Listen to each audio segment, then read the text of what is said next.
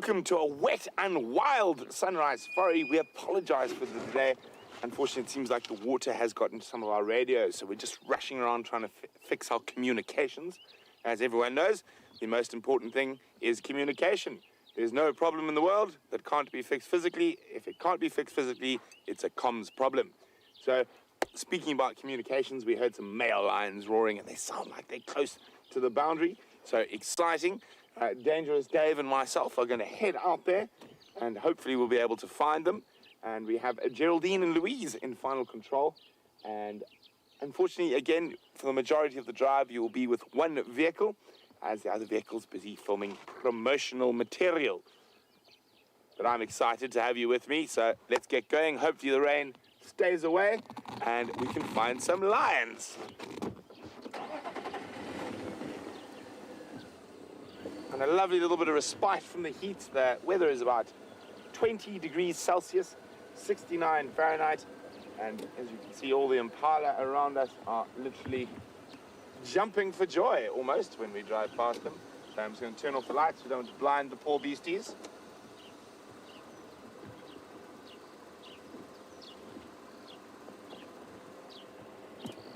So we've had quite a bit of rain overnight. Nothing really hard, just that sort of very steady, slow, soaking rain. Ooh, what's that?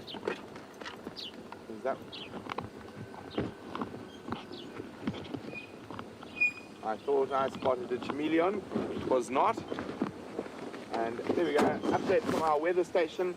Only 1.6 millimeters overnight, but it has been a lovely sort of soaking rain. And if the weather stays overcast today, it is actually quite good, because obviously then the water, groundwater sitting in the water holes and dams doesn't evaporate.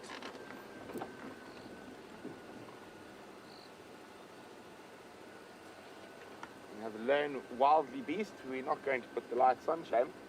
You might get a bit confused. But if we have a look, you can see we are completely there he is. Hello, mister.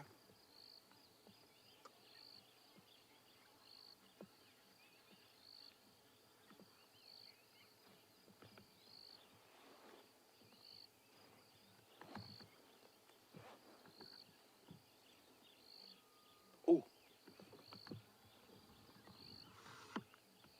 look at that. I just heard what I thought was lions, but it was just a ground hornbill. But this wildebeest is about to do something quite interesting, so I'm just going to get this aerial out of the way.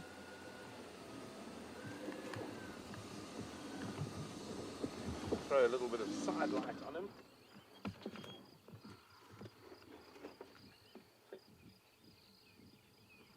And if you're having problems with my microphone, I'm afraid I don't know why. It is right out in the open below me. We will try to fix it now. Unfortunately, we're going to have to try to fix it live, since we are only one vehicle.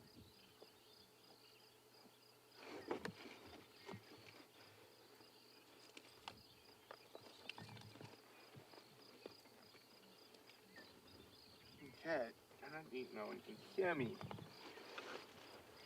Let me try to fix it. Well, sorry guys, I'm just going to have to speak. There's perfect levels on my microphone. I'm not sure why you can't hear me. My microphone is out in the open.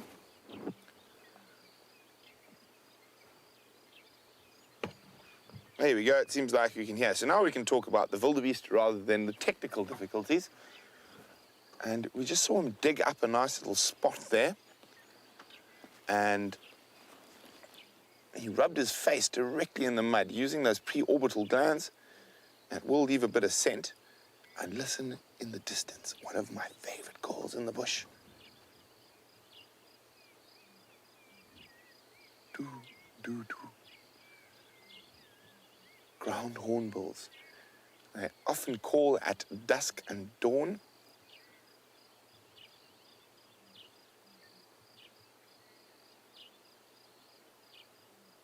And there we go, we've got the male wildebeest who's protecting and patrolling the short grass areas around quarantine, in the hope that when the rutting season comes and it's time to mate, the ladies will choose his patch of greenery to spend some time in, enabling him to pass on his genetic code.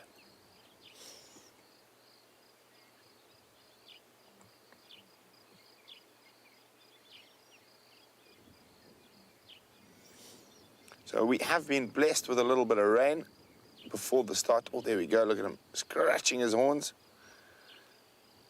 And it is lovely to see that green. Unfortunately, we are right at the end of the growing season, so we're probably not going to get too much grass out of this rain.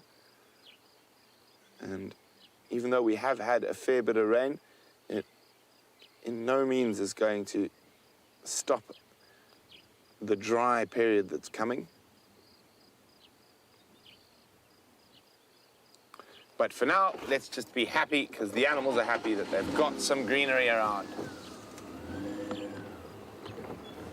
Okay, so we're going to continue to head off towards where we heard those lions.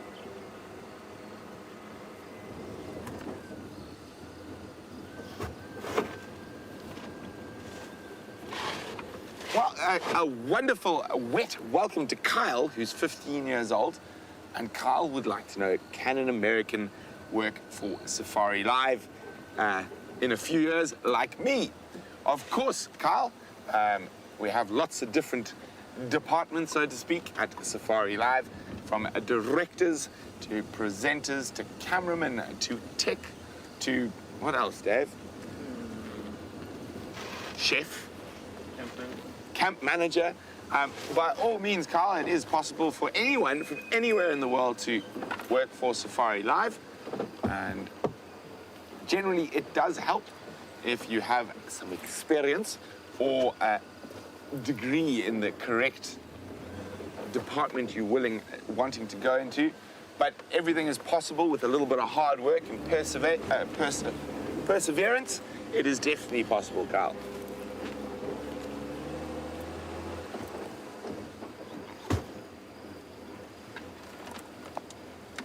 Get rid of that. Don't need the spotlight anymore. It should be light enough. So what we're going to do, there's the Gari Dam. You can see even with the rain already it's dropping quite quickly. The thirsty soil is sucking up the moisture. So you can see those dark patches closest to us. There was water there 2 or 3 days ago and it's already dropped down.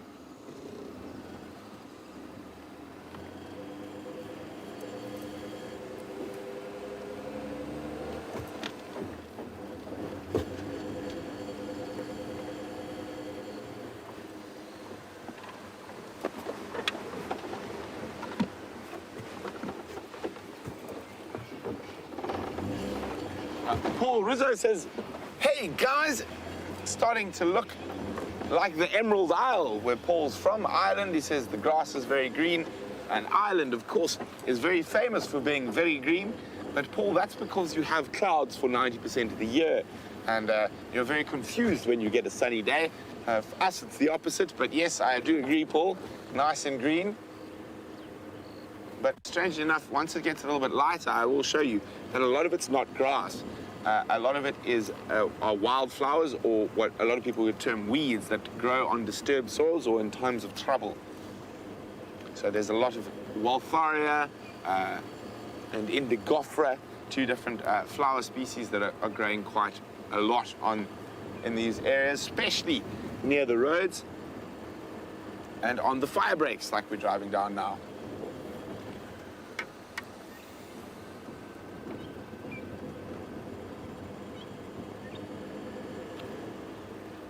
I'm having a little, still unfortunately having a bit of a problem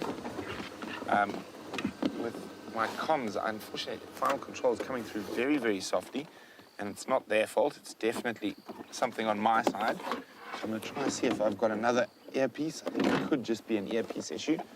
So you're more than welcome to watch me while I struggle, but it is a wonderful morning, and I'm hoping that those lions haven't moved too far. I can't hear final control. It is very, very soft. So I'm just trying to find a different earpiece to see if that might be the problem, because I think it is, because Dave and I have swapped radios a couple of times, and Dave's comms seem to be fine. Sorry, guys, I'm just trying to search. Where did I put the lid? We don't want the books to get wet. I think I might have another one in my big box of tricks. And let's get the big box of tricks out. Oh! There we go. Waterproof, quite handy at this very moment. And it has all my electronic equipment in it. So lots of things, cameras, binoculars, flashes, and hopefully an earpiece. Yes, it has. Joy to the world. Happy day. We have a replacement. Hopefully that will fix the problem. Let's take this one out.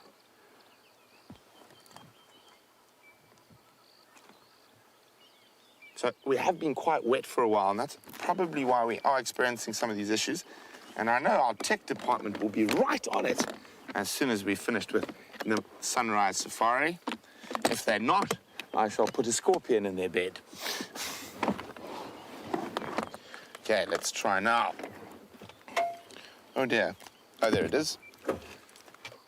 Let's take that one out. Also gives us a chance to listen for lions. And I hope the tech department was listening, because I wasn't joking. If it's not a scorpion, it might be a snake. I heard you laugh there, Dave. Dave trying not to laugh at my jokes. I think I'm very funny this morning. I don't know what you guys think, but I think the rain's going to hold off, so I think we're in for a really exciting morning. So you can hear the dawn chorus is starting to get going. Okay, let's have a look. Final control, will you speak to me, please?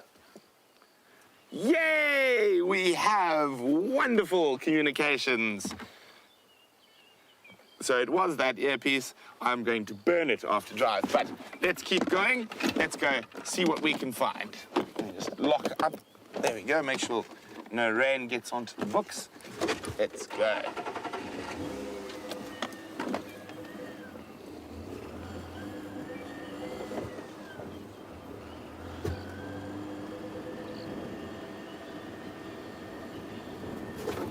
So James, Richard, and Katrina are wondering about my camera trap.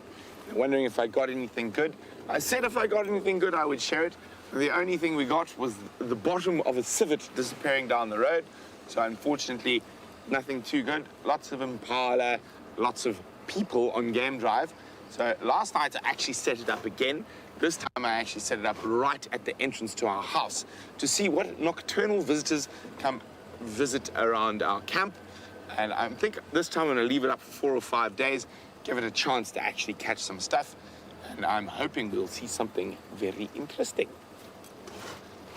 And the main reason I'm quite careful where I put my camera trap up at the moment is because I haven't had the opportunity to hyena-proof it yet. So I'm waiting for Opa, who is an expert welder, and also the guy who fixes our cars, to get back from leave. And I'm just going to get him to weld a little steel box and with a chain on it. So the main reason for that is the camera lens and whatnot will be it'll stop the hyenas being able to chew. I lost 3 camera traps to hyenas, and it's quite an expensive process letting hyenas chew your camera traps. So I intend not to lose this one.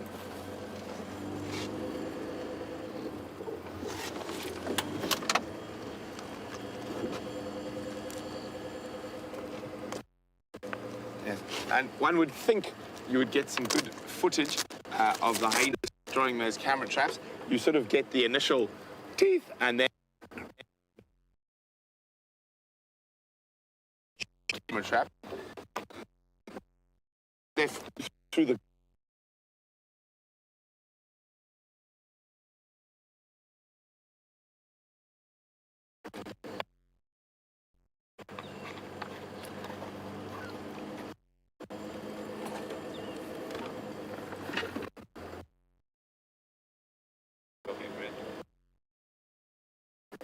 So, lions calling. Might have signal back up.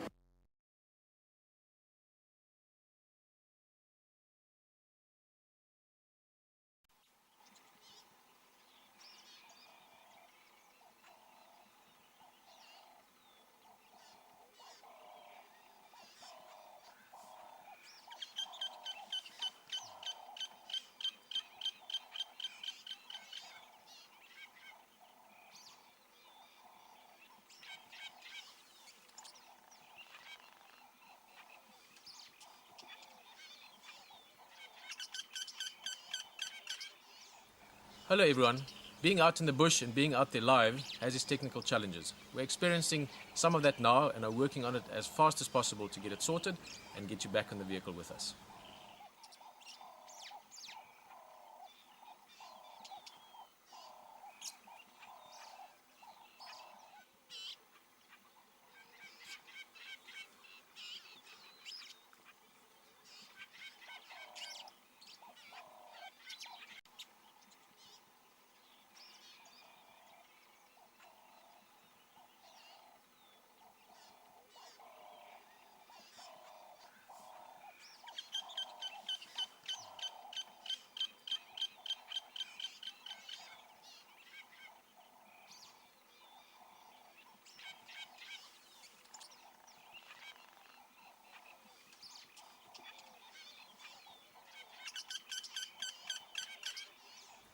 Hello everyone. Being out in the bush and being out there live has its technical challenges. We're experiencing some of that now and are working on it as fast as possible to get it sorted and get you back in the vehicle with us.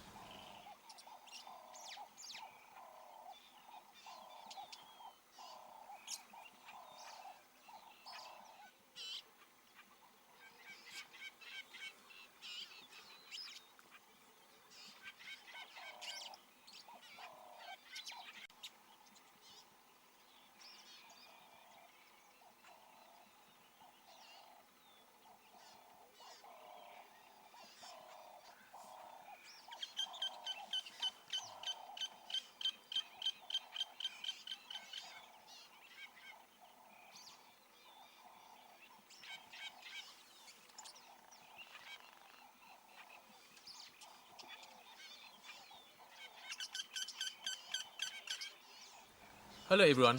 Being out in the bush and being out there live has its technical challenges. We're experiencing some of that now and are working on it as fast as possible to get it sorted and get you back in the vehicle with us.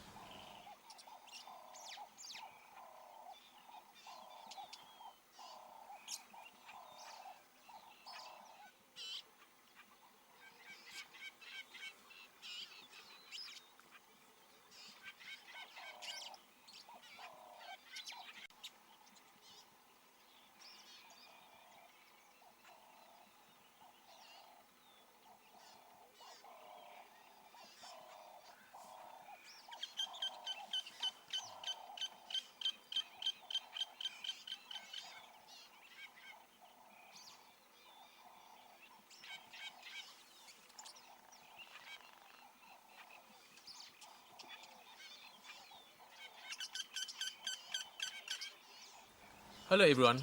Being out in the bush and being out there live has its technical challenges. We're experiencing some of that now and are working on it as fast as possible to get it sorted and get you back in the vehicle with us.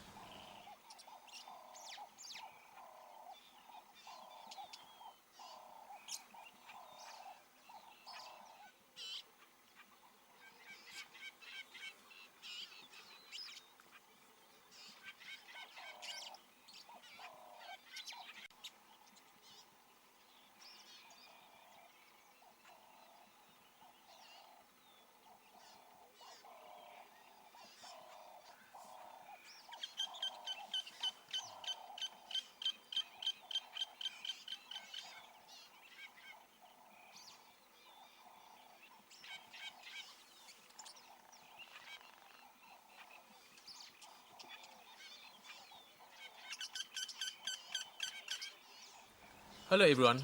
Being out in the bush and being out there live has its technical challenges. We're experiencing some of that now and are working on it as fast as possible to get it sorted and get you back in the vehicle with us.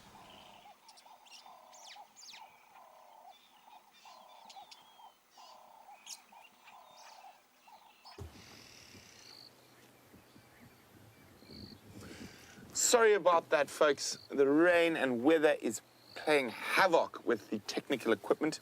And here we have a buffalo. And it's a nice old boy. He's by himself. I'm trying to have a look if there's not one or two others sleeping around, but not. And he's looking a little bit nervous with life. And that would definitely be the case because I don't think the lions were calling too far from here. Dave, did you borrow money from him? No. No. But that's the thing, a very old sort of saying from the colonial periods that a buffalo looks at you like you owe him money. the debt collector face of the bush. So this is quite an old boy. You can see the bare patches of skin on his body, and we can see there's a red-billed oxpecker at work already, removing the ectoparasites from him. So these old buffalo bulls, he's probably between 12 and 15 years old, towards the end of his lifespan. If we look at his horns, you can see that color, and he's been rubbing his horns on different bushes. Now, there's multiple reasons why they do that. Quite often they do that to try and get rid of ticks behind their ears, and also to make themselves look quite impressive when they're competing with the other bulls. But if they rub on a specific tree, which from the coloration of his horns looks like he's found some Timberti trees at some point yesterday or definitely yesterday, before he went to sleep. I'm pretty sure he slept here through the night. And basically what he does is he rubs his horns against the Timberti tree, getting that highly noxious latex into those grooves in his boss. A boss is that large, thick piece of keratin that makes the center part of his horns.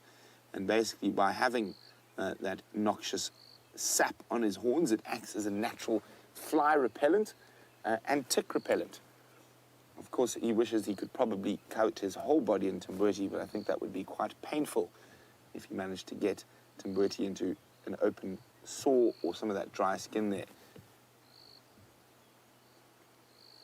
You can see rips in his ears.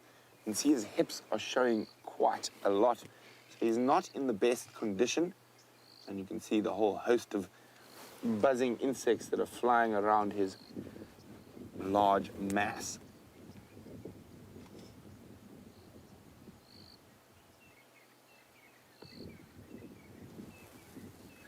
As you can see, as I said, he doesn't look too impressed with us disturbing his morning slumber.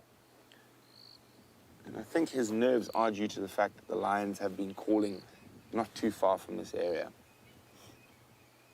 And the other reason he's probably nervous is that he's on his own. So by yourself, you don't have any other eyes and ears to look out for potential predators. And also, your odds of being caught are greatly increased if you're alone. Now, Dave, I've spotted another animal that is enjoying its slumber in this wet weather. Dave is giving me a very confused look, so I'm going to ask Dave to follow my finger. So we go to that termite mound. We just go just to the right, underneath that branch there. There we go. A little steenbok. I can't see whether it's a male or female, with the branch over its head.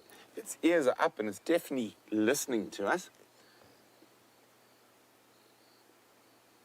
So a steenbok is one of the only animals we have out here that is completely not dependent on permanent water.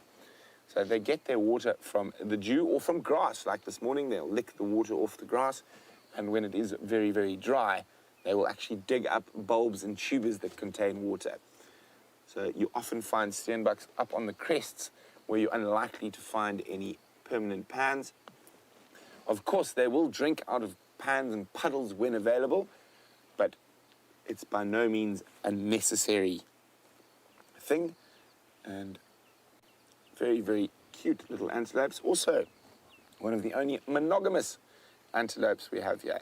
Not truly monogamous in the sense, but they do pair off for life, although the individuals, if the opportunity arises, will have a sneaky affair on the side, but will still return to its partner. So I was hoping that the lions would roar.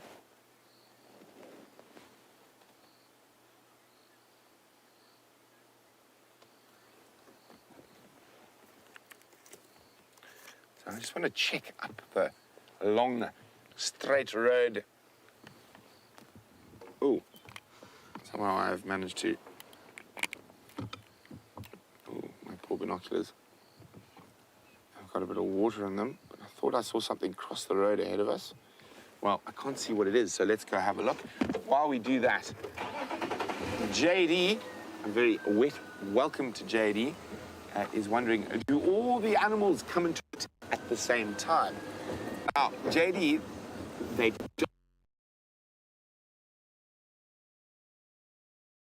do have a peak at this time of the year.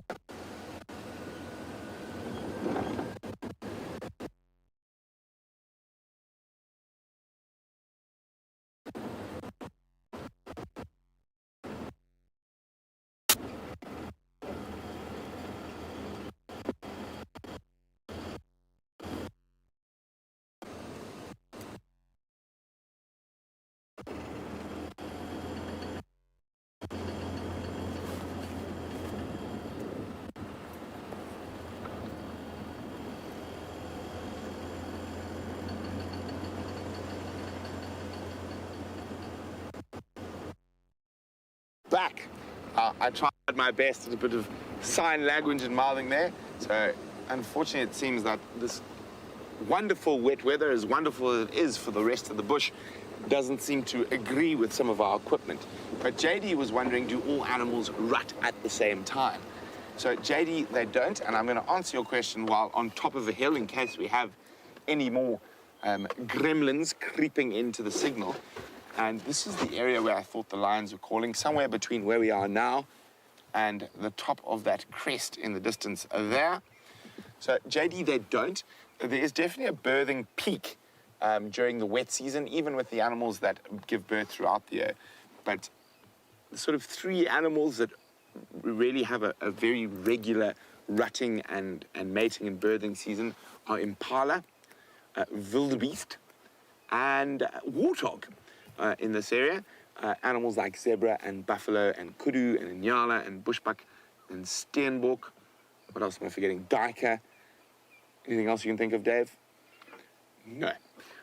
Give birth at any time of the year. There is a peak during the wet season, so it does seem that there is a little bit of correlation with rains and birthing peaks, but a lot of those animals will be able to give birth any time of the year. Wildebeest, zebra, and warthog. Wildebeest. Yes. Zebra, no. Warthog, yes. And impala is the one I was looking for. Have a very distinct rutting season, and it's coming up. So we will definitely try and show you that different behavior between the different species and the rut. So impala have by far the most vocal and the most visible for us to see with all that. The males chasing each other. The males actually drop a lot of condition, even if it's really green and wonderful around. They're so focused on keeping their little group of females together for mating that they often forget to eat. And also they get so distracted in chasing other males, they often get eaten by lions and leopards during the rut. Warthog also at very similar timing. Wildebeest, March as well. So we will definitely try and show you those different ruts. I think wildebeest, more than March. We had really interesting behavior with wildebeest rutting, and hopefully we'll be able to capture even more interesting behavior this year. And that's the wonderful thing about being out here every day and being live.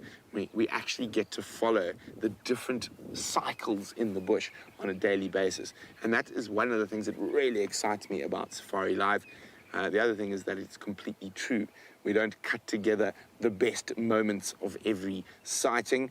We're actually seeing nature as it unfolds in real time and in a real way. So quite often a lot of documentaries show all the kills, all the fights, all the time. And obviously that's not what happens out here. So it's wonderful to be able to share real life in the African bush with you. So I have to, unfortunately, go through a dip here, but hopefully we'll find some lions on the other side of it. So I do apologize if the gremlins invade as we go on this undulating terrain. After we've had a good look for the lions, if they're not here, I will try my best to stay in areas where we're not going to have any gremlins.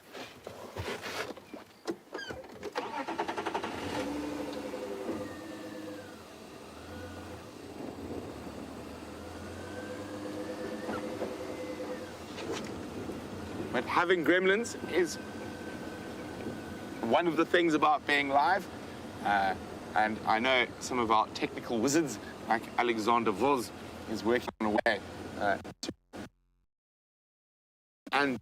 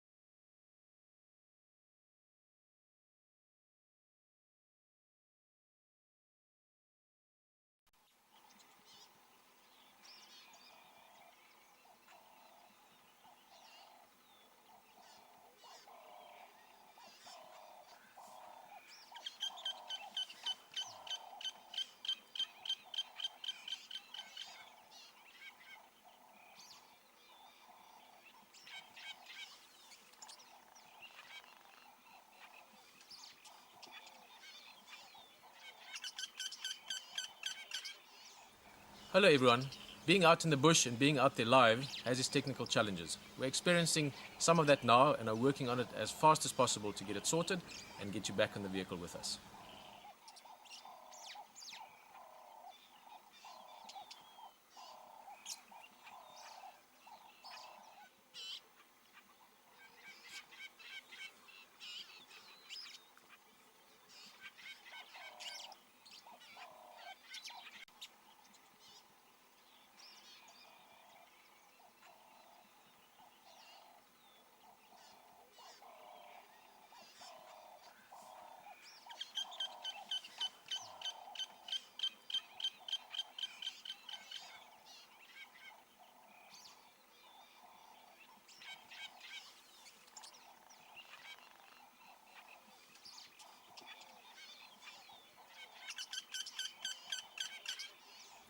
Hello everyone. Being out in the bush and being out there live has its technical challenges. We're experiencing some of that now and are working on it as fast as possible to get it sorted and get you back in the vehicle with us.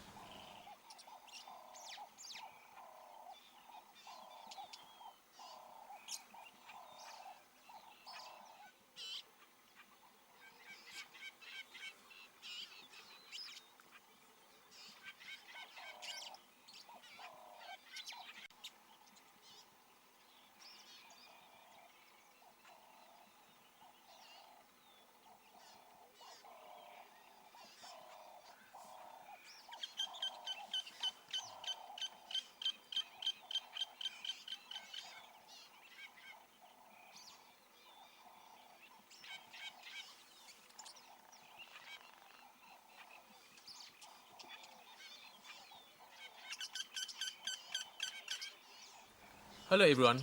Being out in the bush and being out there live has its technical challenges. We're experiencing some of that now and are working on it as fast as possible to get it sorted and get you back in the vehicle with us.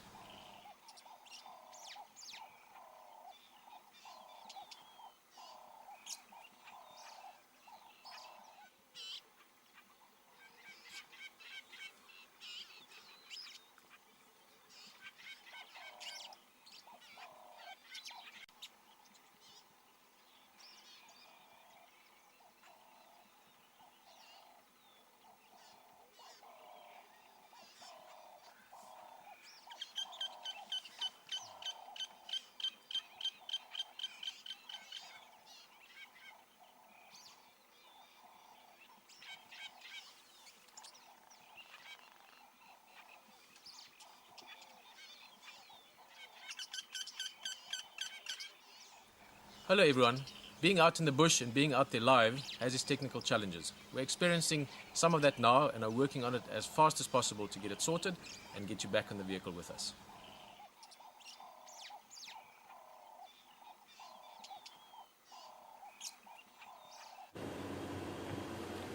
I'm back!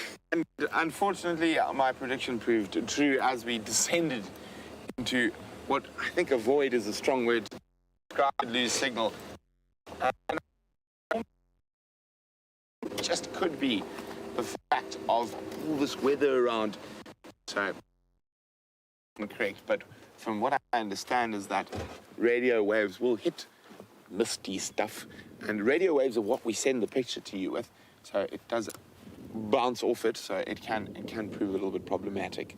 So we do apologize, and hopefully one day we'll be able to beat the weather and everything else.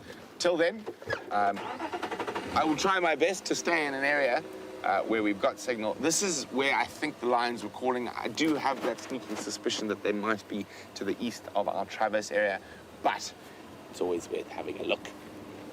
And here comes Uncle Ephraim, quite often referred to as Malume. Malume is a Zulu word for uncle, but a very respected uncle. So here comes our very respected uncle, Malume. Minjan Malum. Number one. Sharp Mfo. Morning, Malum. Morning, everyone. How are you guys doing? Morning. I didn't call the girl this way. I know, Mfo. They've gone to Bovasuk. Oh, walk. Well, how many? One or two? Only one. One. There was, I think, 3 or 4 color this morning. Oh. But I'm not sure where. It was in this This area. area, but I think maybe a bit east. Because Yeah, where but was that Nyama? More east. More east. So there we go. Unfortunately, we've just popped on. There's some lion tracks here, and the evil, nasty lions have decided to leave our traverse area. So we're overlooking for them. So we're just going to continue on. Good luck, Malum. Thanks, madam. Enjoy, you guys. Have a great morning. You're in very good hands with F. Bye-bye. Bye. Bye-bye. Here we go. So one of the most fascinating things I found since doing, there we go. Let's have a quick look. Now, we've been chatting quite a lot about tracking because we've had the master tracker, Renius Mhlongo here. Now, for a lot of our staff, it was been a first time with Renius. James and myself have been lucky enough to work with them in the past. I actually did a couple of film shoots with Renius back in the old days, and where I learned that Renius is the only person in the world. Oh my goodness, I've got so many. Oh, that's the broken one. Dave, keep this broken thing away from me. Wah. It's amazing how cables like to attach themselves to cables. We shall burn it. We shall burn it. There we go. Well done, Dave. Burn it, please.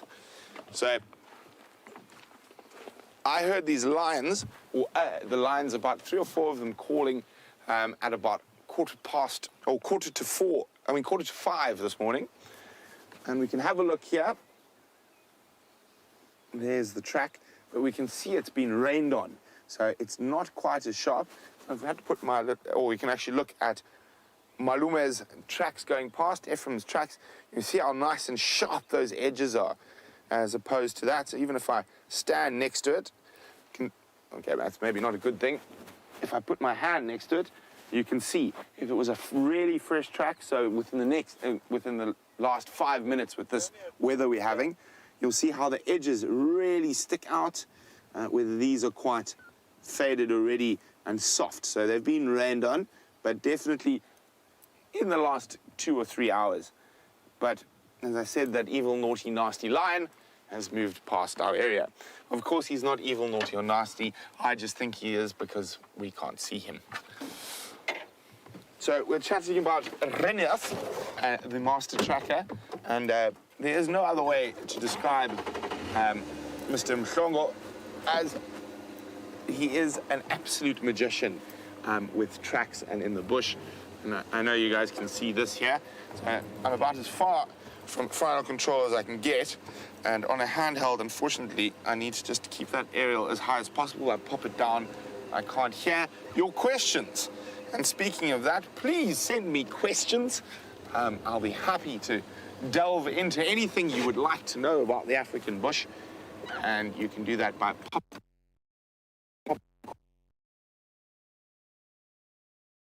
just use the hashtag SafariLab on Twitter.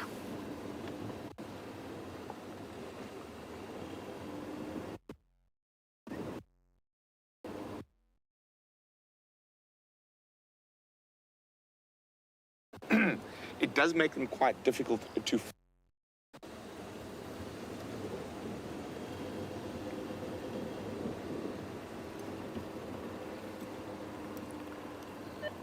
James.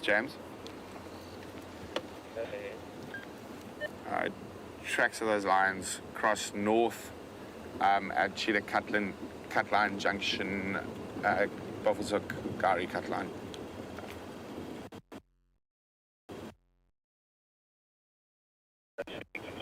Corner Cheetah Cutline, Bofelshoek Cutline. AFM. Over that, what's your route? I'm going to do Cheetah Cutline and then probably head towards the western sectors. I might do a little swing past Twindam, see if possibly those sticks came further north. Okay, copy that. So guys, just catching up with Commander Bond out on the promo shoot. Of course, whenever you plan such things as a promotional shoot, the weather decides to disagree with you. But that is life. And of course, all of us at the Safari Live team make the best of whatever weather we are facing. It's the nice thing about working with proper bush people. who like it whether it's hot, whether it's rainy, whether it's partly cloudy, or whether it's fully cloudy. So we enjoy being out here all the time, and that's why we do what we do. Now, what I'm quite excited about is the wildflowers that are potentially going to start blooming. So I think let's go look for some flowers.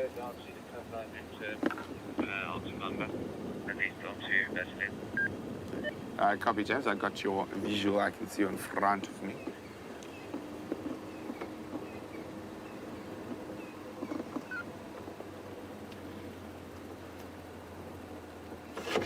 Now, the nice thing,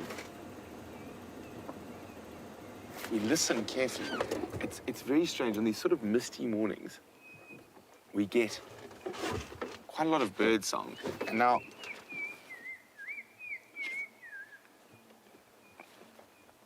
one of my favorites. I'm not going to be able to see it, but it is one of the most beautiful calls that we get regularly in the early morning.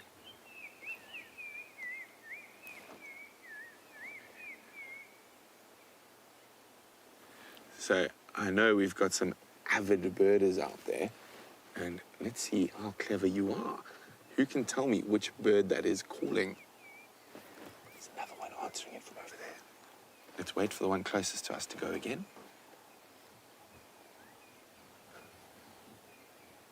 Dave's going to be wiping the screen so don't get a fright.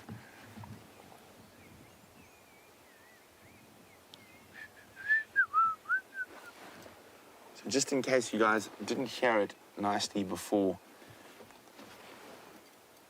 it flew off there, I will play you the call. I'm not going to let you see what bird it is just yet. You're going to have to tell me. And remember, you can do that by popping an email to questions@wildearth.tv or using the hashtag SafariLive on Twitter.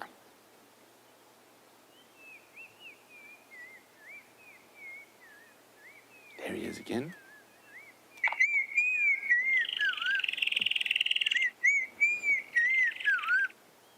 Such a beautiful call.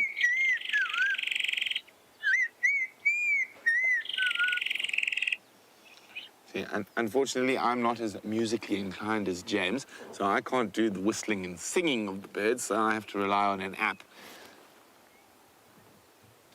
Just... there they are again. Wonderful, fluid sound.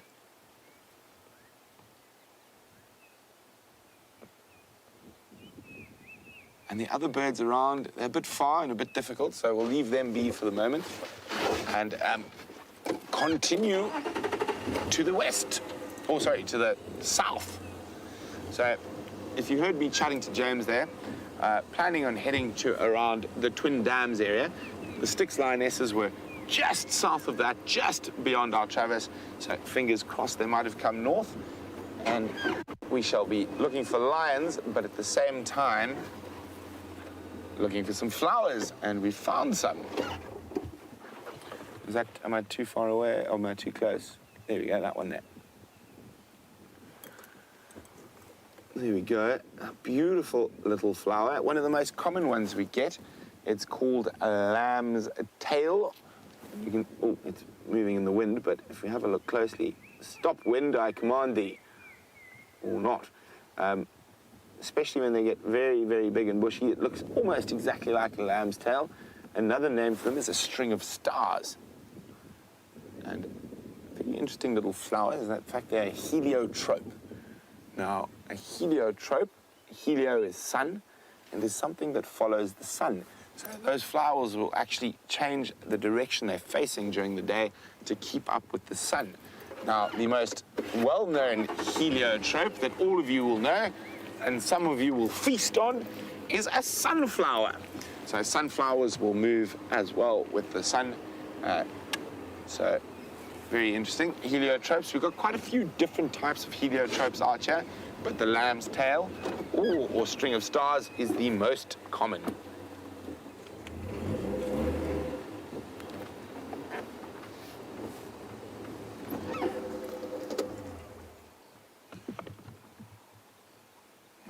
go.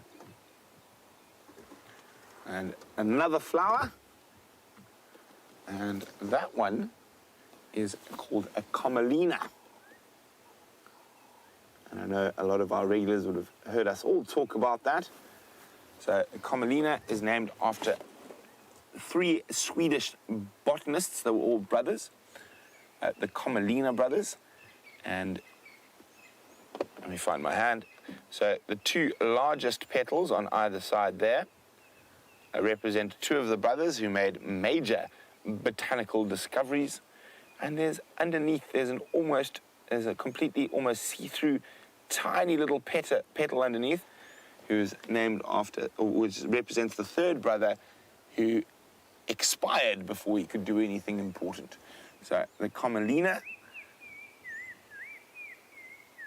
very pretty. This one, it looks like a Bengal Commelina, Commelina bengalensis. So we get 3 types we see regularly here. 2 different types of blue Commelinas. This is the Bengal. The blue Commelina is sort of more sky blue than that pale blue that you've got there.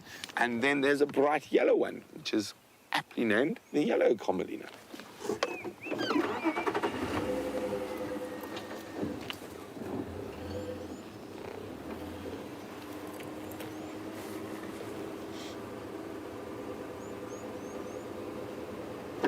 And then,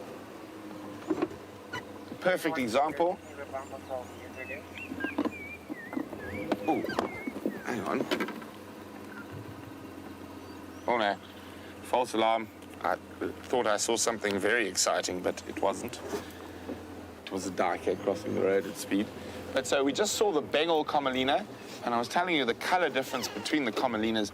If you look, there's a blue Commelina, and you can see it's a much deeper blue, or like brighter blue, should I say, rather. And it is more common than the Bengal Commelina. Oh, we can hear that mystery bird still singing away. So, B. Wilson is wondering, with the rain, will the plant roots be stronger for the upcoming dry season? So, B. Wilson, it's that they're stronger. So the big thing about the rain is that it changes the water table. So the surface water is, for the plants, is not actually important. It's the underground water. So with rain like we've had, it increases the water table, which means the plants have a shallower access to water for the dry season. And so it will definitely help a lot. But you must remember, a lot of the plants out here, this is a semi-arid zone, will have very deep roots. So those roots go really, really deep to be able to survive the dry periods. And it's quite, whoa, I nearly fell out of the car. The door opened behind me. It's quite interesting. If I know a lot of you have seen when you take a chainsaw or a saw and you cut through a tree, and you can age it by the amount of rings they have. Now, if you go through a very dry period, the space between the rings is wider. So in really good years, wet years, those rings are really tightly packed. But in a dry year or a drought year, those rings become quite wide. So that's why counting the rings on a tree, it's a really good sort of general way to age a tree, but it's by no means exact.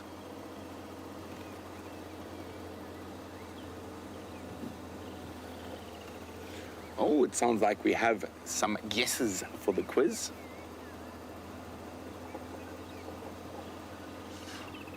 Oh, Marin and Alex have a white-brown scrub robin. It's not. I know that is one of the more common birds we hear calling. Mark says a starling of some sort. Unfortunately, Mark, you're a bit off course there.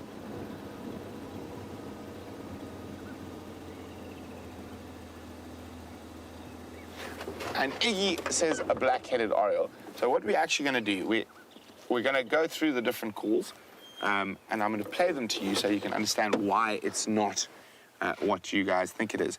So the first one was a robin. There we go. robin. And let's find the white-browed scrub robin. And play his call for you. So you can hear, very different. Now, the problem with the white-browed scrub robin is it has multiple calls, and it is a very good mimic. This is the more common call that we hear. That's the one. So you can hear it's not quite as fluid and as liquid, and it's quite a lot more higher pitched.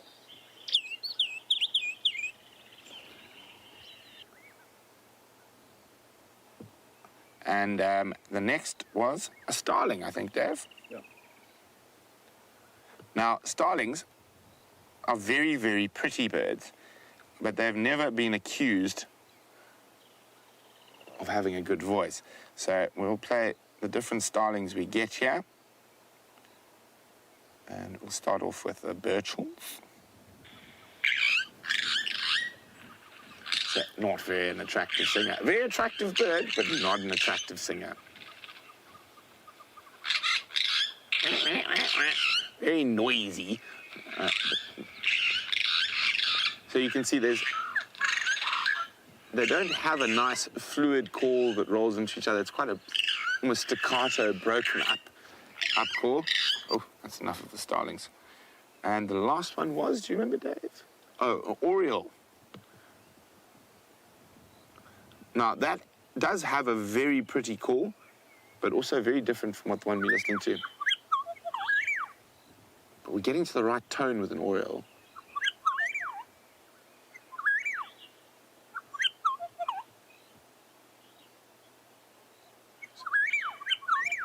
So it's got that same sort of fluid chortle almost, but the bird we're looking for calls for a lot longer. And of course, they keep quiet as I say that, but there was one calling quite close to us. There it is.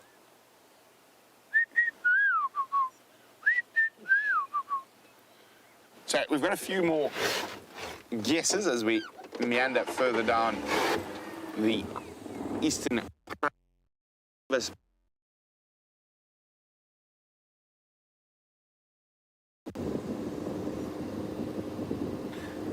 So Marianne says an orange-breasted shrike. Now, is definitely a very good guess.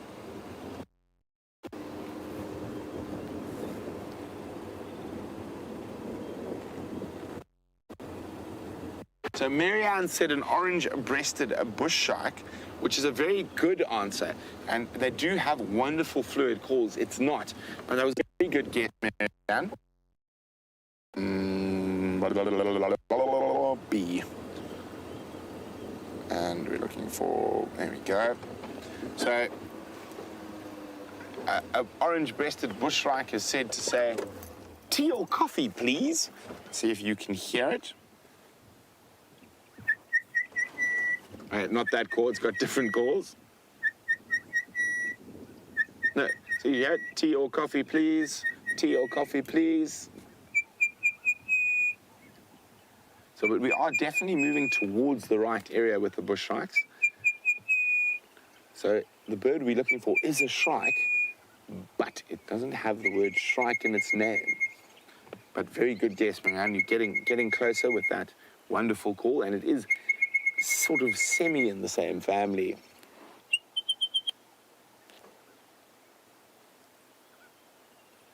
And we have a winner! Well done, Justin, who's got it spot on. It is a black-crowned chagra. So there we go. I'll show you a picture of him now. So it is part of the shrike family. There we go. Very, very well. Oh, this thing confuses me. There we go.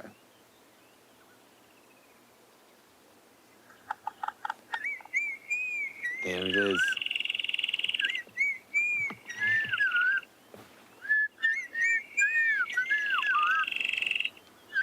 So this is actually calling in duet. The male is doing that lovely, lovely long call, and the female is doing that churring. Oh, such a beautiful call, and one of the calls we do get a lot in our dawn and evening choruses. More in the dawn than not. Oh, you're just going to have a quick morning meeting with Elvis. Oh, hey! Morning. Hey. How's it doing, Paul? How's everyone this morning? Great, yes. You're looking a little bit more comfortable than me in your nice big ponchos. I'm from Konzangala from the north. So, anything from your side? Good. The Stigma Fuzz is still south? Little Gary, okay. Nkomo, have a good morning, guys. Enjoy.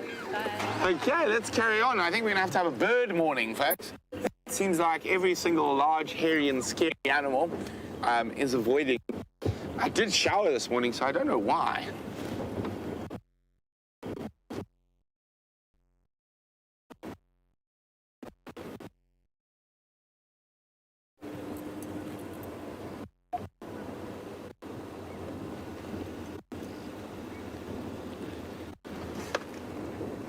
So, Top Equality on Twitter is asking me about some flowers and about the African violet and asking if we have them here. We do, and I'm looking carefully. This is actually quite a good area for them, but the problem is they're probably not going to be flowering just yet.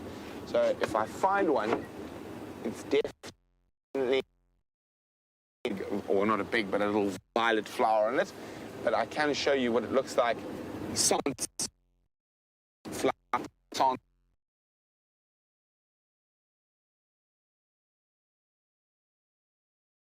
over the side for a bit. Very distinctive little plant the way it grows. There's actually only one you infuse it with, and that one, which is a very strange, a Krimsbokshoef, strange name. They're very, very I don't think I have a flower this morning.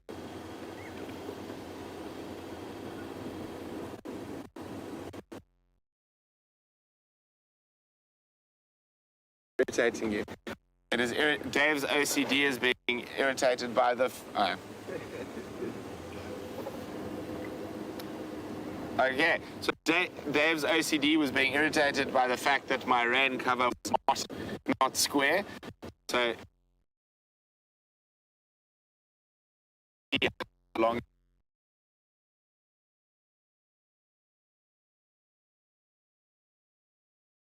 Makes sense.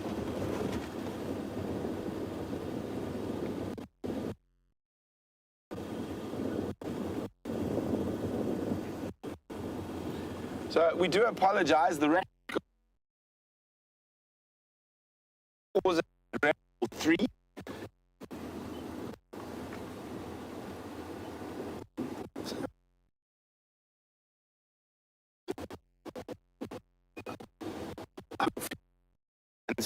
Stable shortly.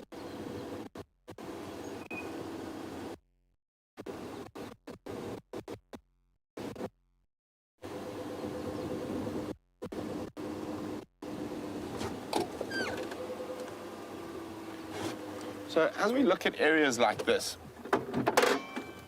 so we're on a fire break, and so obviously this area has been cleared.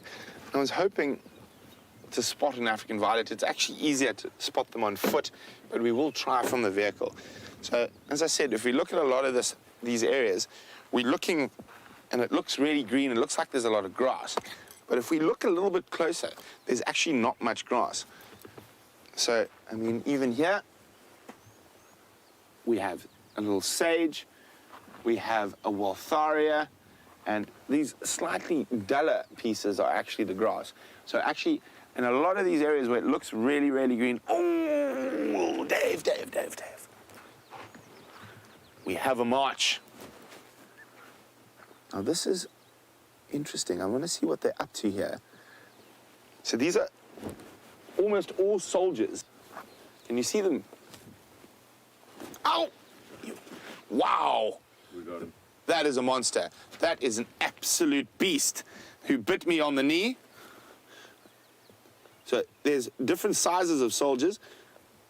I am, unlike James, not silly enough to let it bite my flesh. I'd much rather let it bite a grass stalk. Although it seems like flesh, it prefers to bite flesh. A ravenous beast. But this is a particularly big soldier. So you can see a lot of the guys running around. There we go. Look at that. I'm going to put him on the dash. Oh, don't bite me. Now, this guy will actually draw blood. So we have seen James let himself be bitten by these guys before, but a little bit smaller. Now, look at that. That is an absolute monster.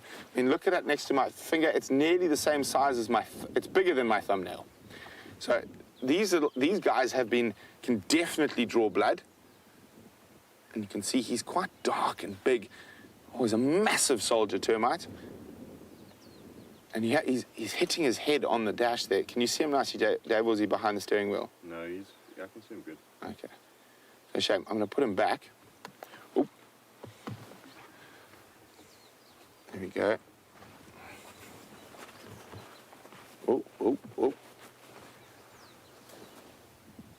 There we go. Back with your mates. It was amazing. So as I knelt down there were just termites everywhere. And they gave each other a signal. Here we go. There's still some here. I don't know if you can see there, Dave. Got you. So they gave a signal where I knelt down accidentally. I actually didn't see them when I knelt there. And that whole group of termites has shut down shop and all gone underground. And whether these guys are still working, there's some workers out. And can you see the workers there? And then on the peripheries, there are these soldiers. They're not as big as that monster we had earlier. So one of the things that makes termites and other things react, oh, there's another there's big soldiers. And they're actually cutting grass at the moment, and these are a type of harvester termite. So they feed off the cellulose in the grass. So the things that eat termites are mostly aardvarks and aardwolves. I know Jamie had a long discussion about aardwolves, but if I show you a little trick, I feel a little bit bad. It's going to make them panic slightly, but so if you're a termite, your eyes aren't that good and stuff, but they pick up on gases quite easily. So if I breathe and they pick up that carbon dioxide, it should cause them all to almost rush back in. Look at that. See all the soldiers start tapping, saying, everyone, there's something there. See the sudden activity as they're now trying to get back into the den. So that's one of the ways termites recognize that something like an aardwolf or aardvark is coming to attack them. They pick up on the carbon dioxide as that animal comes down to breathe, and it causes them to rush underground. But Jamie, we won't harass the termites any longer.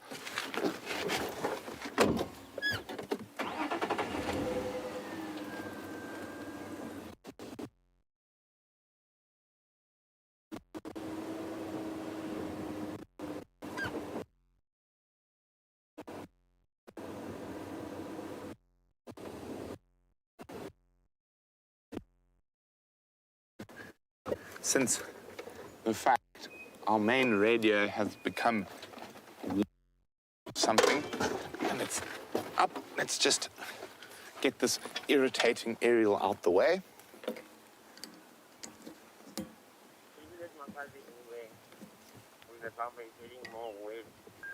So there is a female leopard that was found in Buffalo's Hook yesterday. An unknown female leopard that no one knows who it is. I just heard Ephraim speaking about it now. Let's get this out of the way.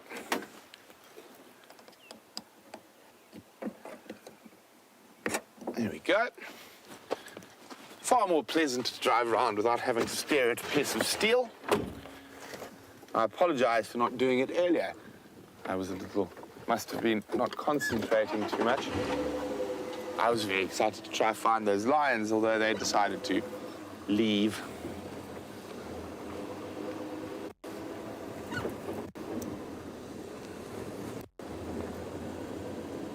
Ooh, the rain's getting a little bit harder.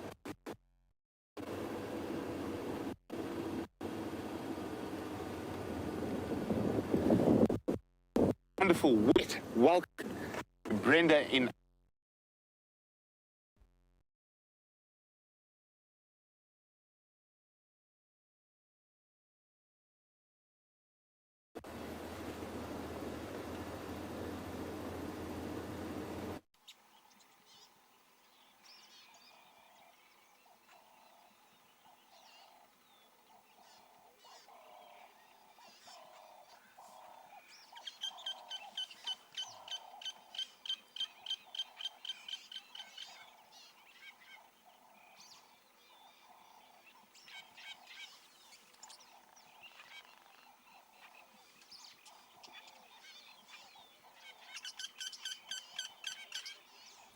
Hello everyone. Being out in the bush and being out there live has its technical challenges. We're experiencing some of that now and are working on it as fast as possible to get it sorted and get you back on the vehicle with us.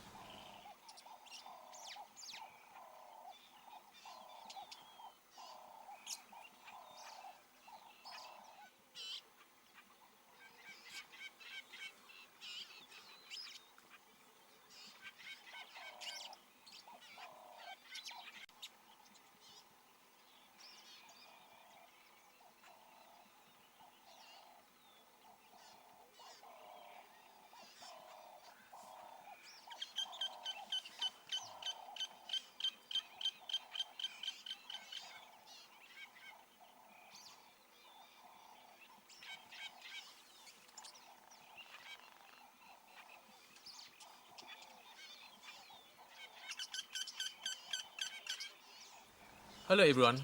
Being out in the bush and being out there live has its technical challenges. We're experiencing some of that now and are working on it as fast as possible to get it sorted and get you back on the vehicle with us.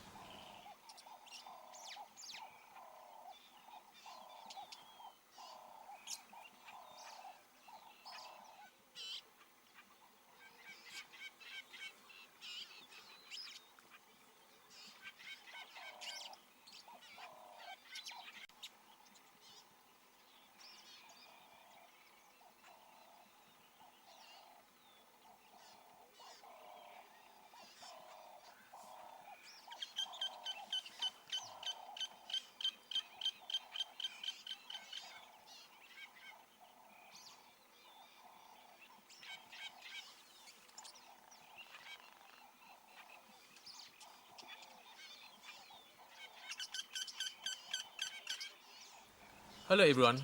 Being out in the bush and being out there live has its technical challenges. We're experiencing some of that now and are working on it as fast as possible to get it sorted. So, unfortunately, it seems that the far eastern reaches of Djuma are just beyond or being invaded by gremlins. So I do apologize. We are going to go black screen for a little bit as I try shoot to the west and get closer to the repeaters and the masts. We'll try to do it as fast as possible. So don't disappear. I still would love to have you on the back of the vehicle with me, but just get me a chance to get to an area where we've got a little bit more stable signal. So hopefully I'll be joining you again in about 5 minutes as I do a Ferrari safari in search of signal.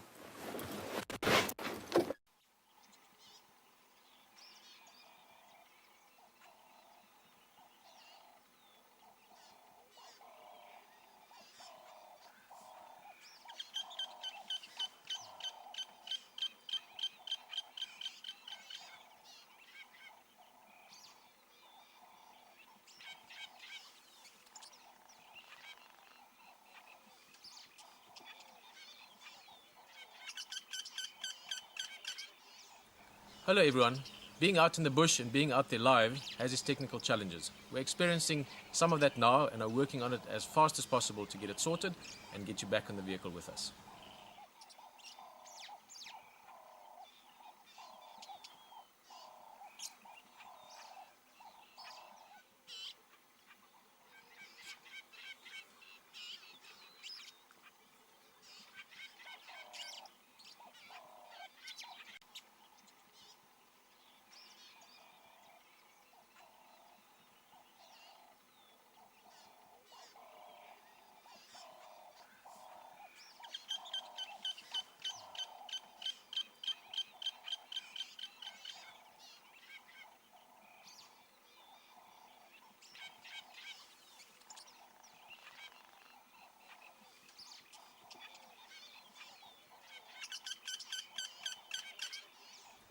Hello everyone. Being out in the bush and being out there live has its technical challenges. We're experiencing some of that now and are working on it as fast as possible to get it sorted and get you back in the vehicle with us.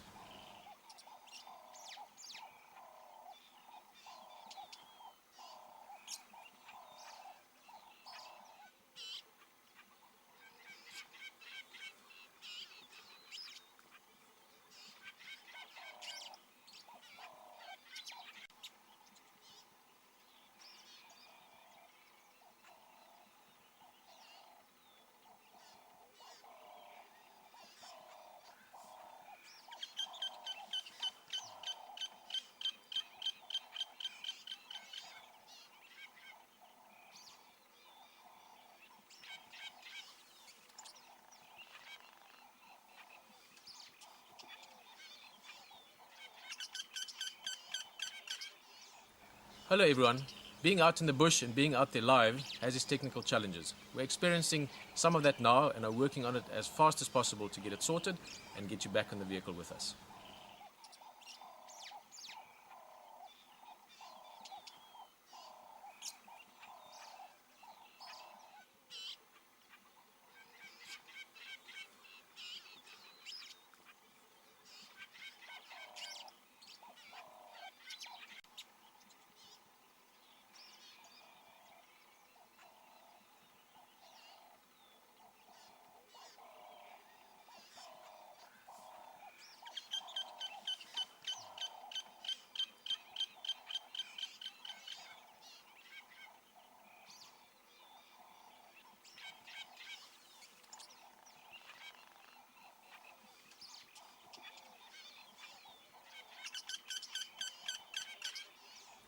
Hello everyone. Being out in the bush and being out there live has its technical challenges. We're experiencing some of that now and are working on it as fast as possible to get it sorted and get you back in the vehicle with us.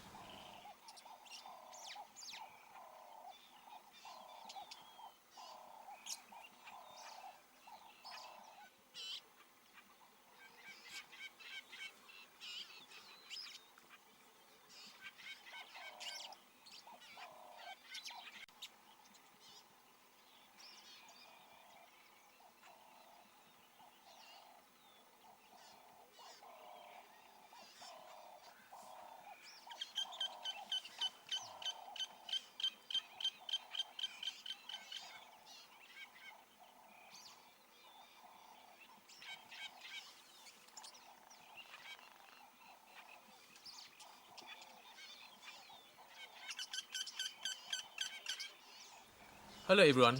Being out in the bush and being out there live has its technical challenges. We're experiencing some of that now and are working on it as fast as possible to get it sorted and get you back in the vehicle with us.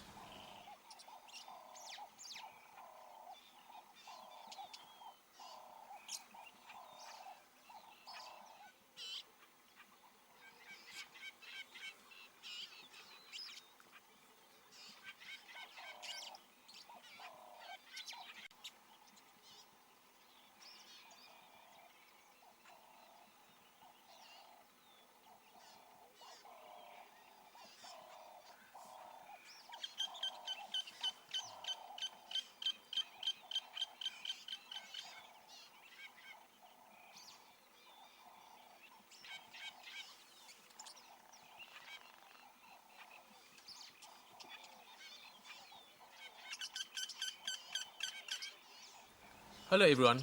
Being out in the bush and being out there live has its technical challenges. We're experiencing some of that now and are working on it as fast as possible to get it sorted and get you back in the vehicle with us.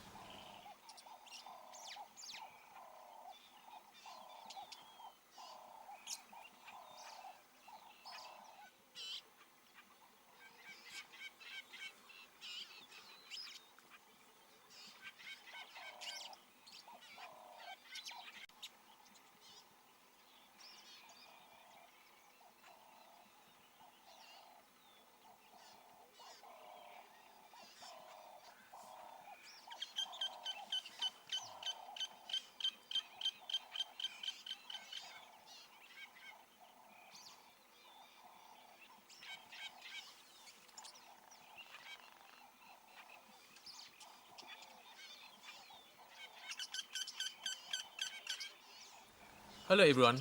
Being out in the bush and being out there live has its technical challenges. We're experiencing some of that now and are working on it as fast as possible to get it sorted and get you back in the vehicle with us.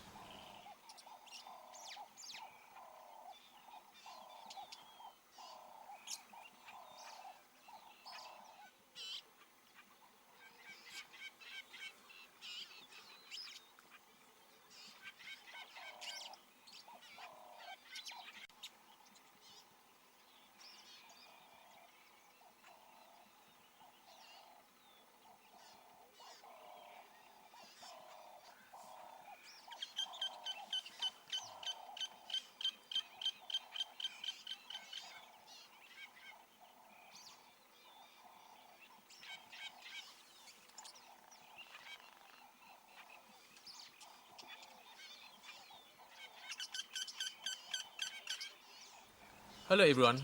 Being out in the bush and being out there live has its technical challenges. We're experiencing some of that now and are working on it as fast as possible to get it sorted and get you back in the vehicle with us.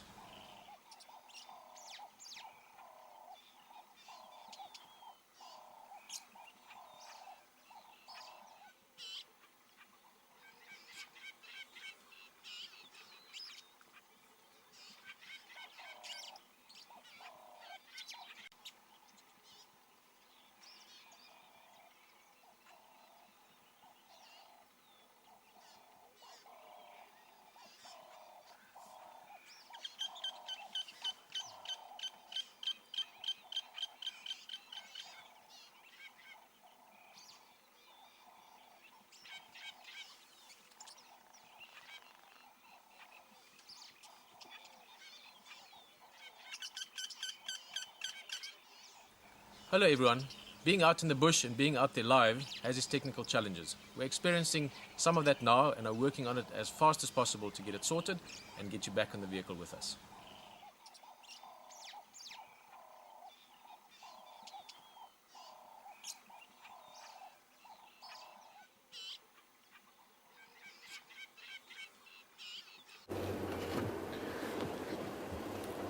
Welcome back, folks. Dave and I now have a wonderful wind-blown hair. That's the Safari Live hair look for the day. Windswept is what I like to call it. So we've managed to speed off to the western sectors, and I've got a bit of an update. On my way through, I bumped into one of the guys from Arethusa, who let me know the Styx lionesses are still, unfortunately, to the south of us in almost the same spot they were left sleeping last night. So they're there, and then also the Nkahumas have been found with the Birmingham's very close to where we found that single lion track this morning, just to the north. Ooh, I see a big bird, Dave. Can't tell you what bird it is just yet in the dead tree coming up. Let's have a look from a distance before we try and get a bit closer. I think I have an idea.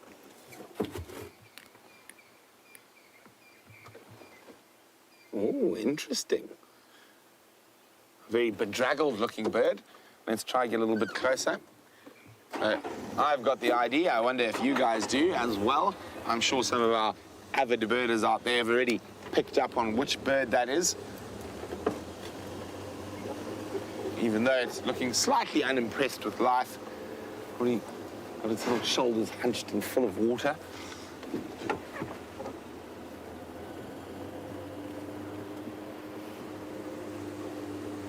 Sneaky, sneaky, sneaky, sneaky. There we go. Hello, very unhappy looking Wahlberg's eagle.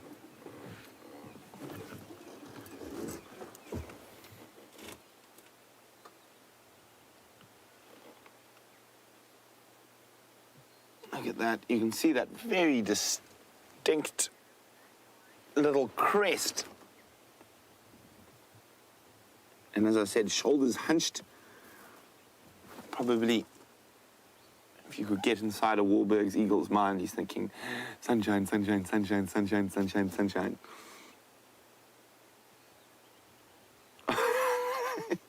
Nice big yawn.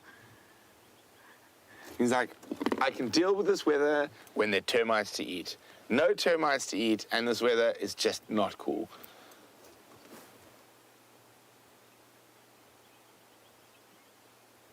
There you can see the rain's caused his little crest. He's almost looking a bit like a punk this morning. So it's a pale morph Wahlberg's eagle.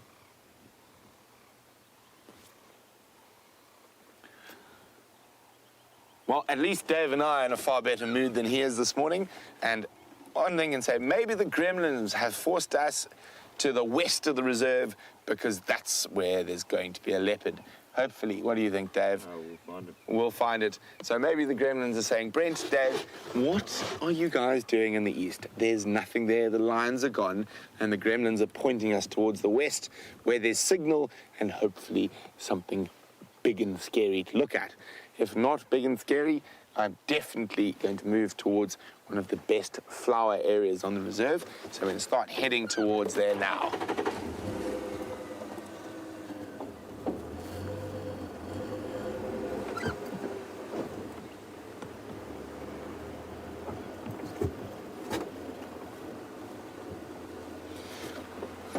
So Jamie has mentioned a book that we purchased on our holiday called, I think if I remember correctly, the title is The Search for the Rarest Bird in the World.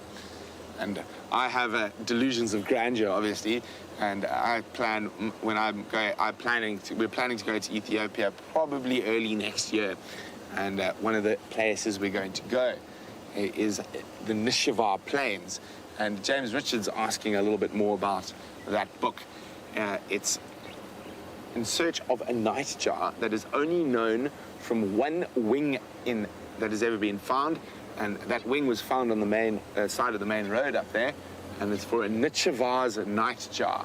So no other nightjar with that same wing has ever been found, and that was off roadkill. And many ornithologists have searched, and no one's found one yet.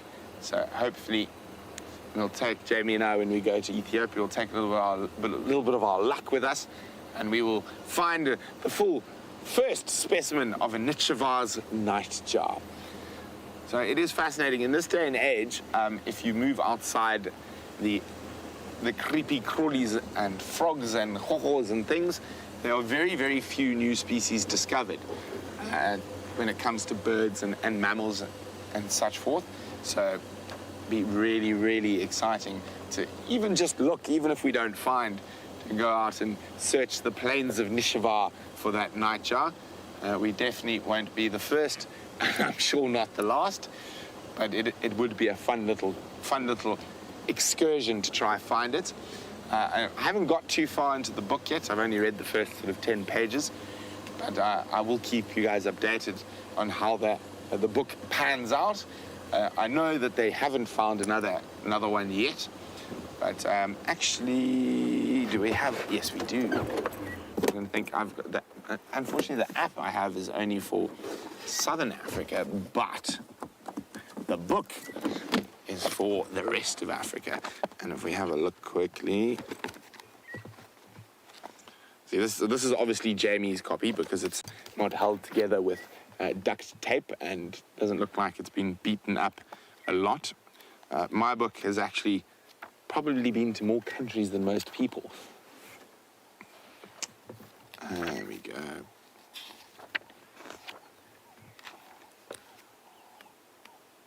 There we go.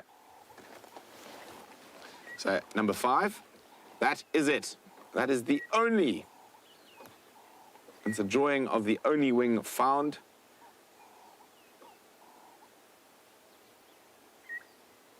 Very poorly known species, initially described from a wing retained from a roadkill specimen. Sex unknown on Nishivar Plains. Oh, so there we go, that's it.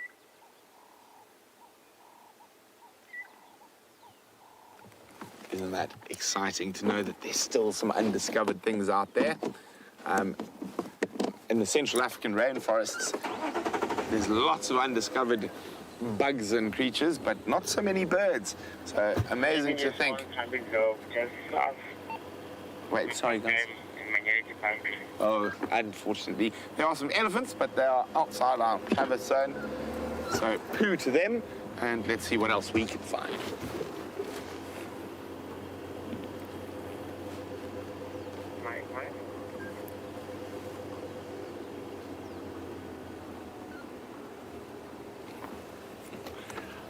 Well, Jeffrey in Texas is asking, do I have the call of the majestic swan on my app?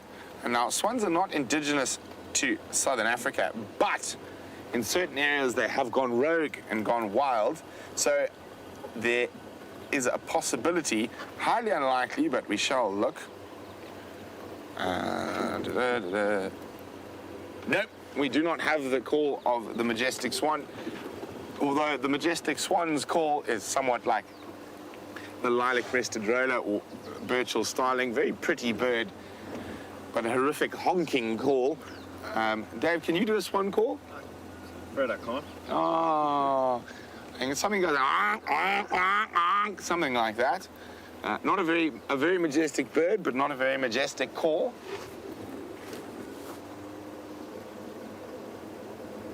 And it looks like the rain has lifted a little bit, and if oh no, we're not going to be quick enough. There was one tiny patch of blue sky, but then the cloud there came over and covered it. So, but I do think it is lifting. I think we actually probably are going to get some nice sunshine during the day, so keep a lookout on the Ajuma Dam Cam. You might see some beautiful light after that morning safari.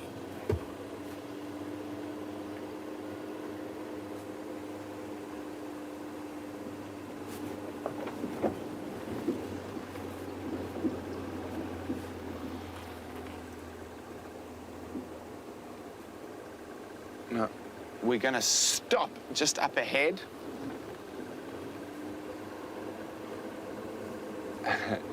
And we're going to just stop and listen to see what we can hear and see how many bird species we might get. It's quite a nice spot to listen for birds because we've got a little beginning of a creek system up here, and then we've got a seep line, so some short grass areas, and some nice cluster leaves and broad-leafed woodland above us. So it's a good spot. We might hear quite a few different species. And after that, Judy would like to know about Dave and my fencing match. And we'll explain that after we've listened a little bit. So let's see how many bird species we can hear. So,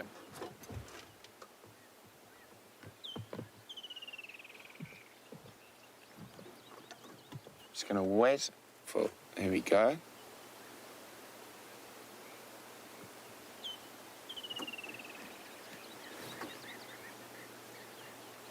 Dave, count with me. How many birds do you think you can hear?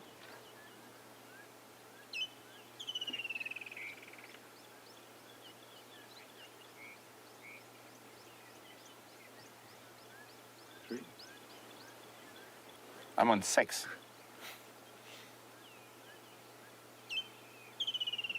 7. I can hear 7 different bird species. So, of course, the one that everyone will know there and the most prominent and easy to identify is that of the woodlands kingfisher. And then we have the canaries calling. You can hear some bee-eaters flying overhead. You can hear Burchell starling. Black-headed oriole, brown-crowned chagra, and there was one lone squawk of a Warburg's eagle in the distance. So fascinating. I mean, actually, we probably could get to about 10 species. It is an amazing thing about these misty mornings. The birds absolutely love them. Obviously not the Warburg's eagle, who looked very upset with life. He only loves this weather when there are termites to eat.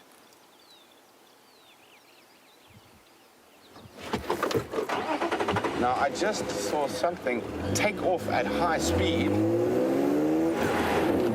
And it was a steenbokkie, but they don't often run like that when there's nothing around, unless maybe they're flirting. Let's have a look. I just saw the steenbok take off through here.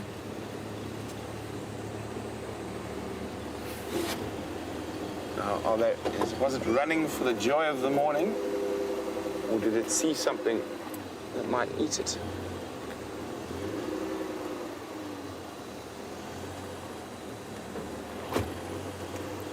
It's that flash of fawn.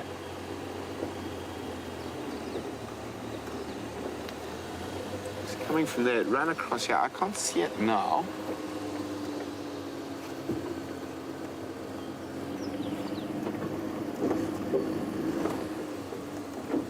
Quite often when you see something run, it's quite useful to see it afterwards, so you can judge their behavior on seeing it. But that has gone quite far. It was coming from in here, so let's just have a little look. And I'll switch off.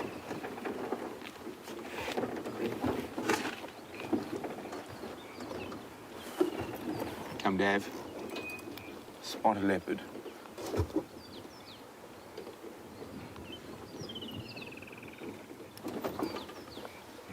Yes, and a comment from Final Control. If Dave spotted a leopard, would I believe him? Probably not.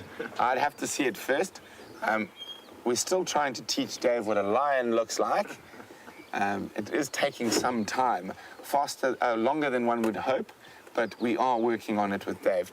I'm quite convinced he saw a kudu chasing or running around with another kudu, or maybe even an impala chasing another impala, and he was convinced it was a lion. Upon inspecting the area, there was not a lion track at all. That's all lion. And Dave sticks to his story, which is very sweet.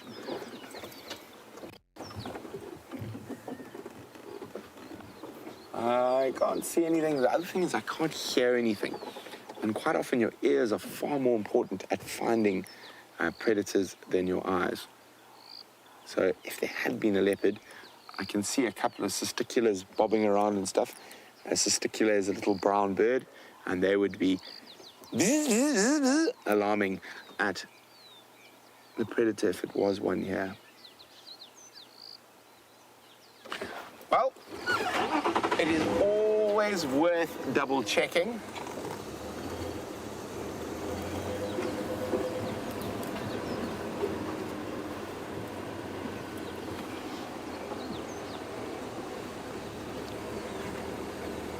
So Heidi ho to Danny in the Windy City, Chicago. Danny would like to know, which animal do we approach most cautiously in a vehicle and on foot? I would say for me it's probably both the same species, and it would be elephant that we see regularly. And just because they're so big, and we do get lots of elephants that move from areas where they're not used to cars or people. So it's always best when you see an elephant to stop a little bit further away, judge their body language before going in. And the same principle would apply on foot. Obviously, you'd have to be even more careful on foot.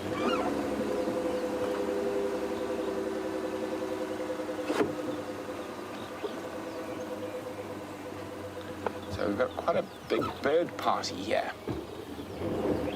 I love the fact that it's called a bird party. Oh, there we go. And one of the noisiest birds in the bird party, and to the right. Oh, there. Oh, he's just popped behind a branch. Sneaky. Pop out. Down a bit, Dave. See where that crossbar is there?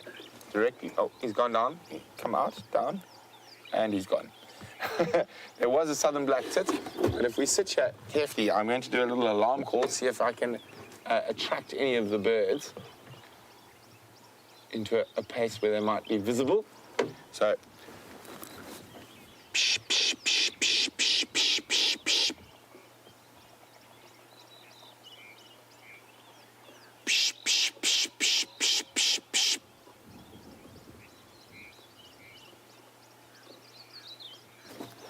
Okay, let's go out and there.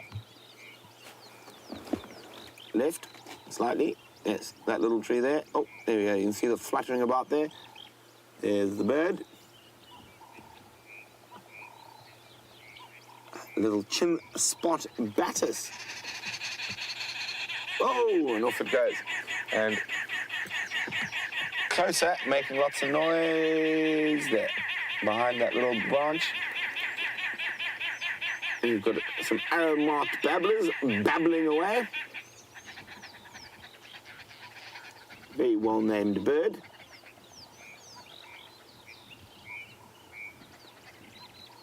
I know many people who've moved from the city to the bush who can't really handle them because they tend to like to choose people who like to sleep in rooms, and they'll sit outside the window making that incredible raucous racket.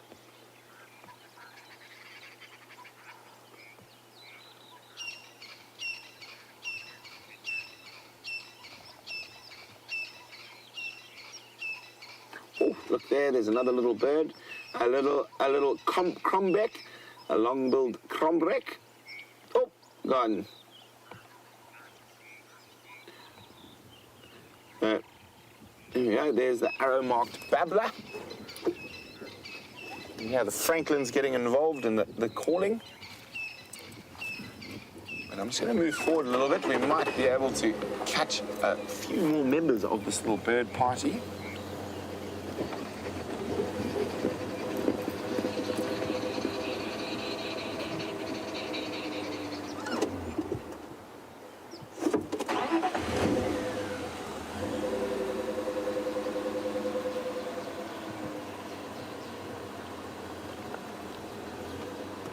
So Stephen is wondering if we get the clapper lark in our area.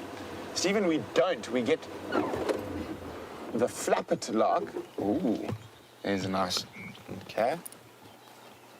In there. Where's he gone now?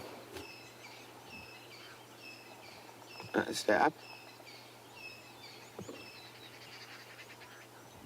Okay, wait, let me just... it's escaped. I think we'll find him again now. Stephen, I'll get your question in a second. We're just going to have a look at what's in front of us first. Well, I don't seem to be playing along this morning.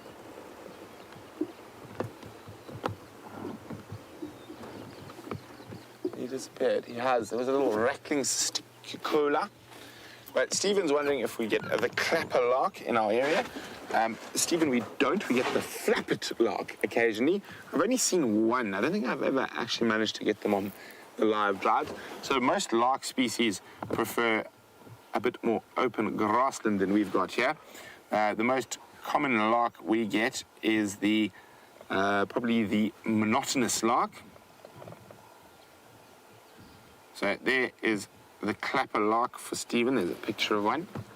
So they're not the most exciting looking of the birds, but the reason they're called, hopefully, I'm hoping, listen now, a clap. Okay, so you hear that sounds like clapping.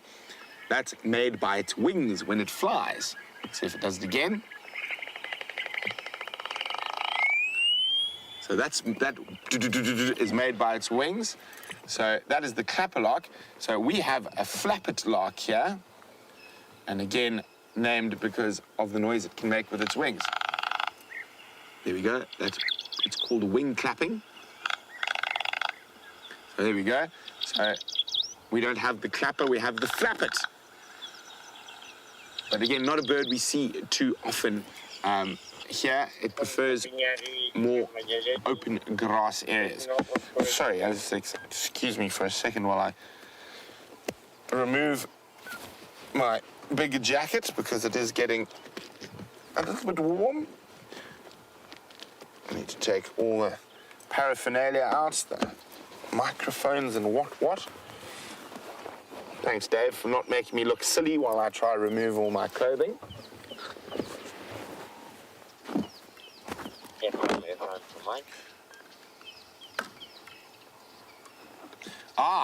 Judy asked about my fencing match with Dave. Judy, we have to call it a draw till now, since I have this long aerial and Dave has nothing to stop me poking him with. I win. Yes, Dave and I regressed to about 6-year-olds when we found 2 sticks while we were out tracking, and we did not realize while we were attacking each other that Louise was filming it with her telephone. So yes, sometimes, well, actually most of the time, a few of us who live out here have forgotten to grow up. Sort of the lost boys. Of course, I'm Peter Pan, and Dave's a follower, but so yes, yeah, we regressed slightly to childhood with two equi-length sticks and decided to have a little fencing match. I think I started it. Dave just picked up a stick, and I picked up one and went, "On guard!" But he did very well to defend my parries and feints and thrusts, and got a few parries, feints and thrusts of his own in. Fortunately, we stopped before we actually managed to stab each other in the face. Well, it was good fun, yes, it was.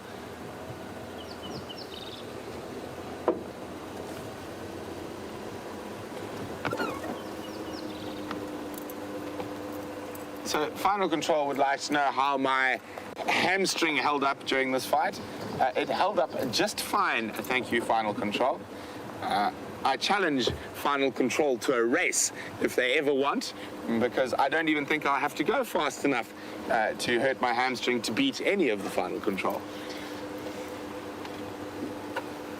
Silence.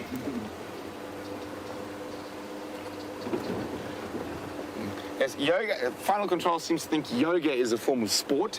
It's not. You can't compete at it. Oh, what? Out there.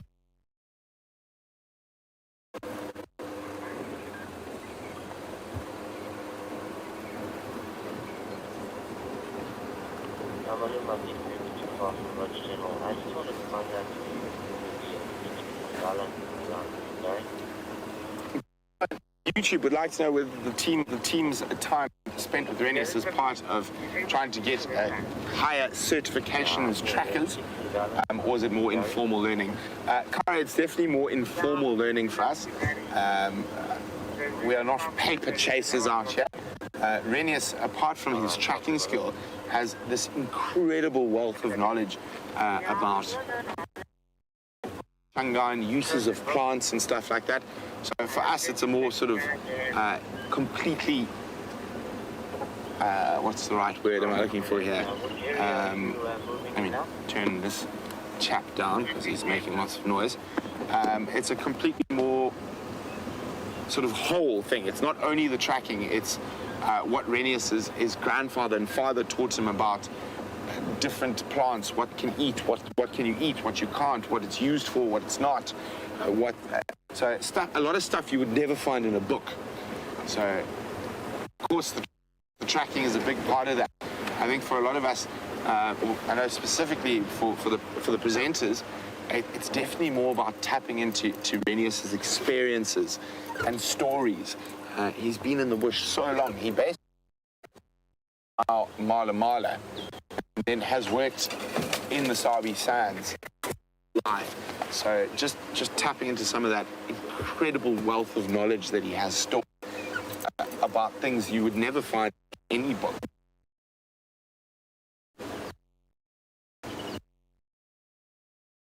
It's nice to do the learning.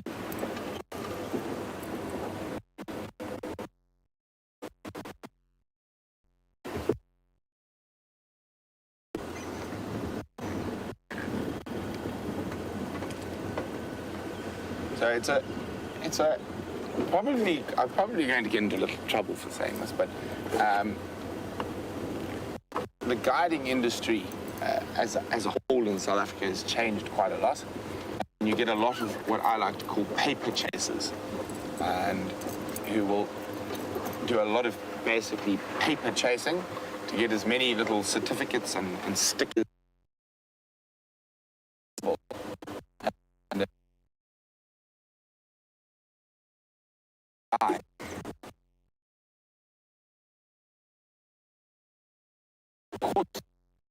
Etc.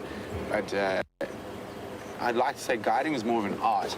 You're far more of an entertainer than a knowledge gatherer. So you can have a guide on paper who's got every single gold star that you want, but he will put you to sleep in about 3 minutes. That's why I often say terrible guides.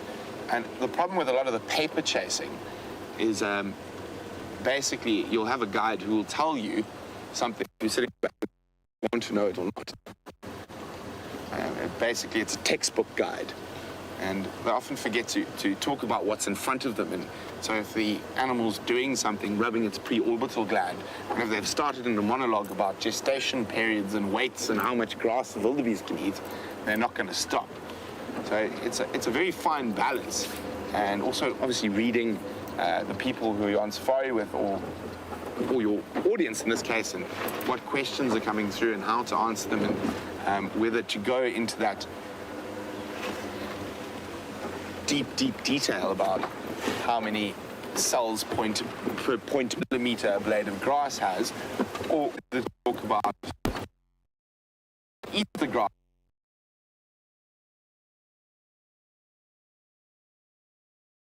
Changing and things, but you'll often find that a lot of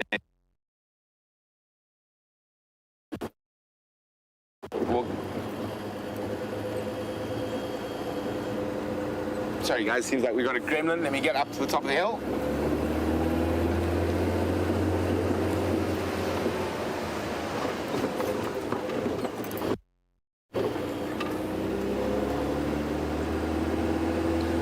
Okay, sorry about that. I don't know where we lost comms.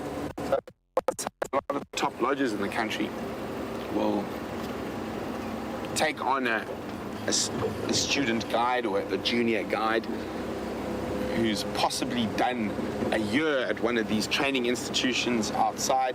And basically, I know from my time in those lodges, we basically say, okay, everything you've learned in the last year, forget.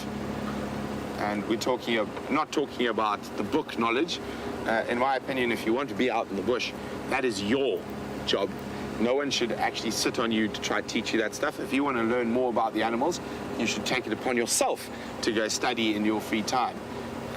When it comes to guiding, book knowledge should be left up to the individual, and the amount you decide to learn and read is up to you.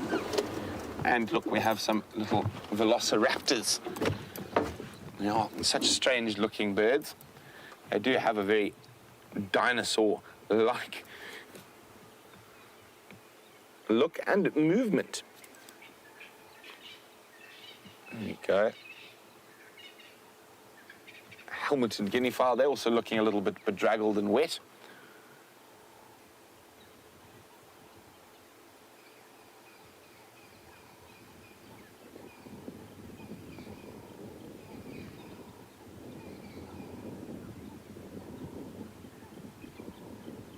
Oh, and off they disappear behind the bushes. Little helmeted guinea fowl. What I've noticed very interesting about the helmeted guinea fowl, actually, let's see if we can get another view of them, this year, is that normally during the wet season, they go off in twos to breed. So they'll lay eggs, and a pair will raise chicks, and then normally at about this time of the year, they will move back into a flock. Although this year we haven't really seen that, and it could be because of the lack of food around. Now they're getting nervous and running away, but it could be because of the lack of food around. Maybe the females didn't have enough calcium or whatnot to be able to produce eggs. So I actually haven't seen any guinea fowls move off in pairs and breed this year, and they've stayed in a flock throughout. So very interesting. And I think it might be a little bit too late for them to start breeding now. I think they've missed the season, so to speak.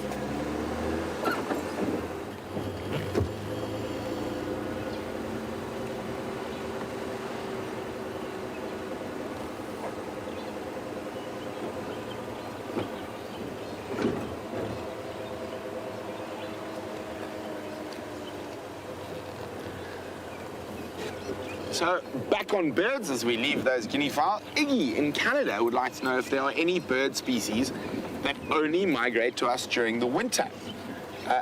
Iggy, not that I know of. I can't think of, no, not at all. So we have our summer migrants that are going to start departing from any time from now through to the end of May. But we don't have any winter migrants, so only the resident bird species will be around for the winter months. So I think, Dave, should we go look for some flowers? Let's go look for some flowers.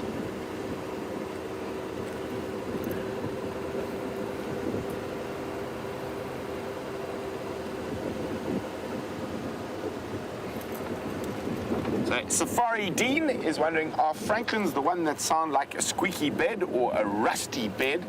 I think it sounds like a rusty bed spring. It does need a little bit of imagination. Fortunately, I've got quite a lot.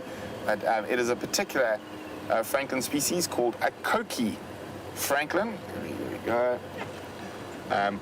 Which we hear definitely more than we see. We have seen them quite a bit. They are definitely one of my favorite little Franklin species. The Koki Franklin, very pretty. No, that's not him calling there. I'm not going to say what it sounds like happening on the bed, but rusty bed springs. Very rhythmic. Okay, so we're just going to shoot across quarantine. I'm looking for flowers. I think quarantine needs a day or two more to let those flowers really get out. But it's been a little bit wetter in the west around Impala Plains, so I have seen the flowers coming on the bloom a little bit quicker there. So we're going to head up towards Impala Plains.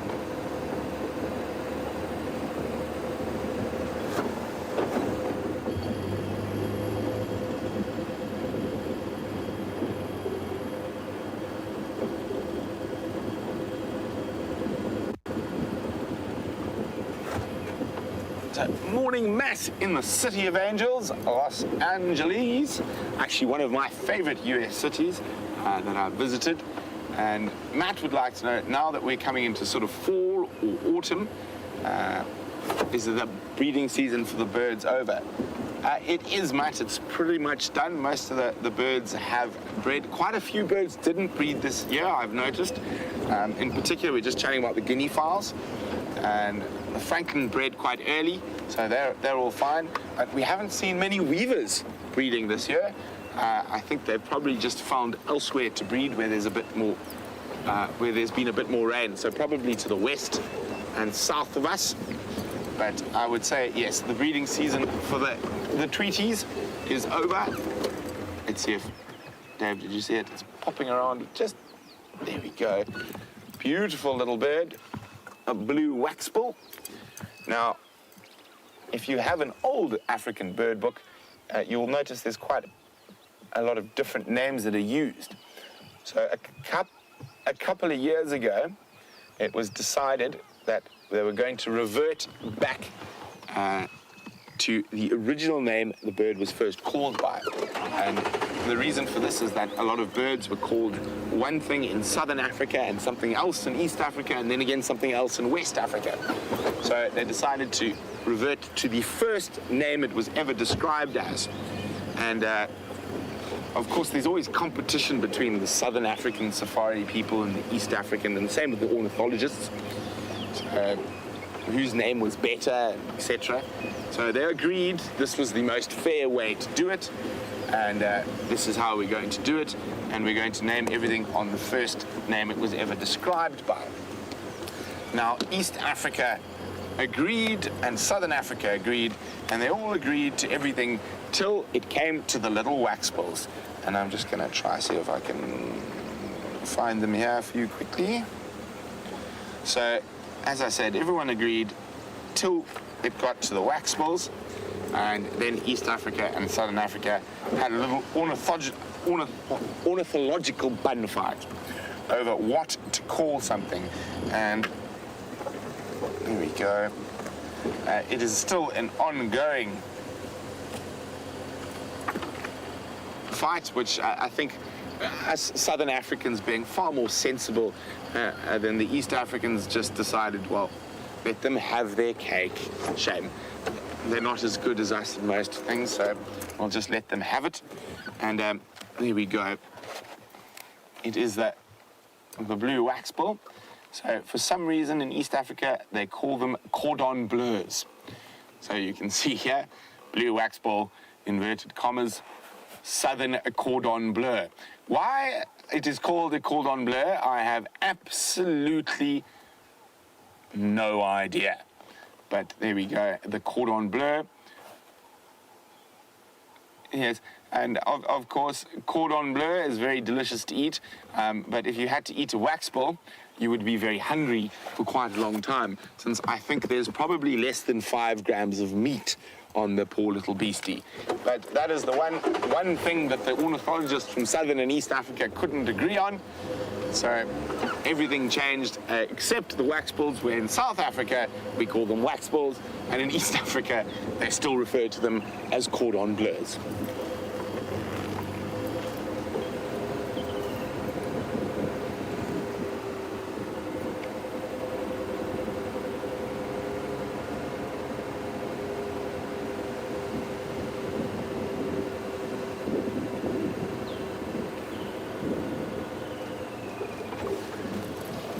So we did see a very bedraggled-looking Wahlberg's eagle this morning, and Micah in Delta is wondering, is the pale morph Wahlberg's and the white-chested or pale-chested Wahlberg's just breasted, white-breasted Wahlberg's just a different name for the same thing? So Wahlberg's eagles have quite a few different color morphs, but I'm pretty sure that is referring to the same thing. I've never actually heard of it referred to as a white-breasted eagle before. Let me just have a look.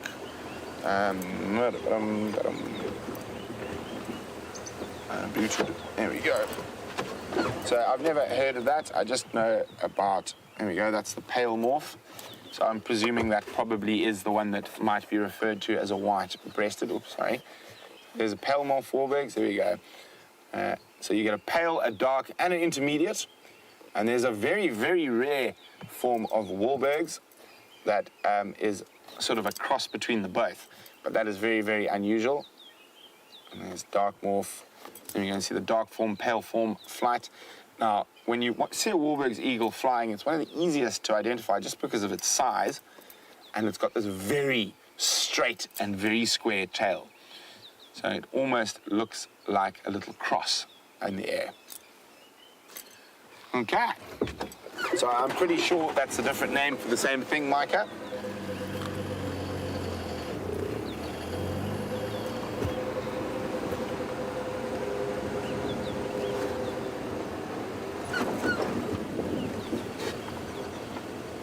Oh, an animal with a heartbeat.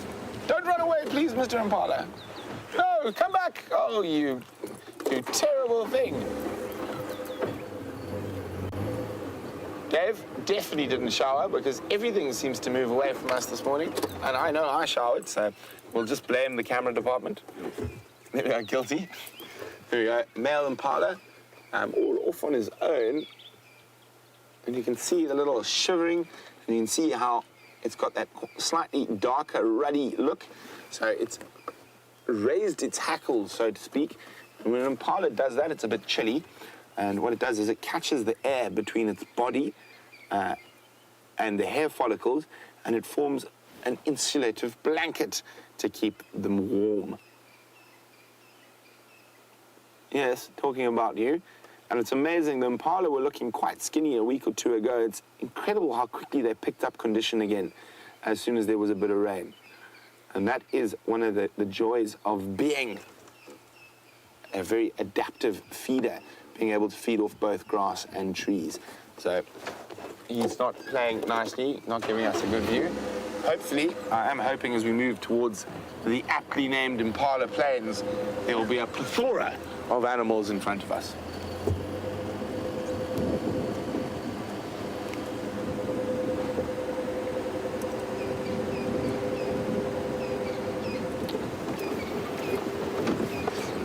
So James, Richard is wondering if we had any more signs of the baboons we saw recently. Unfortunately not, James. I did find their tracks heading south out of our traverse area, heading back towards the land of rivers and big trees to sleep in. So hopefully they will come back and we will be able to catch them on camera this time. And they are fascinating animals to spend time with, but that particular troop was not very relaxed. So oh, excuse me. So probably come from an area where there are not too many game drives.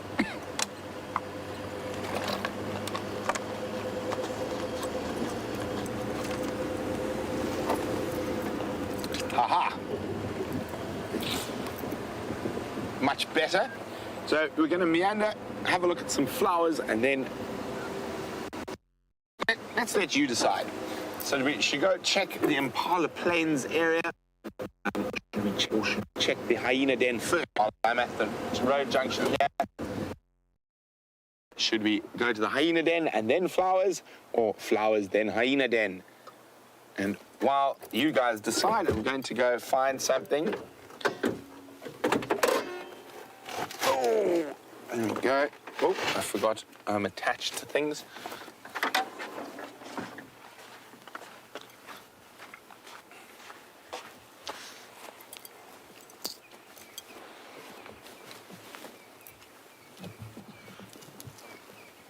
Oh, no, there we go.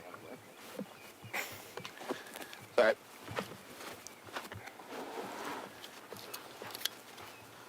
if we pop that on the dashboard there, and Dave can show you nicely, that is a Terminalia gall, and this is actually caused by an ant.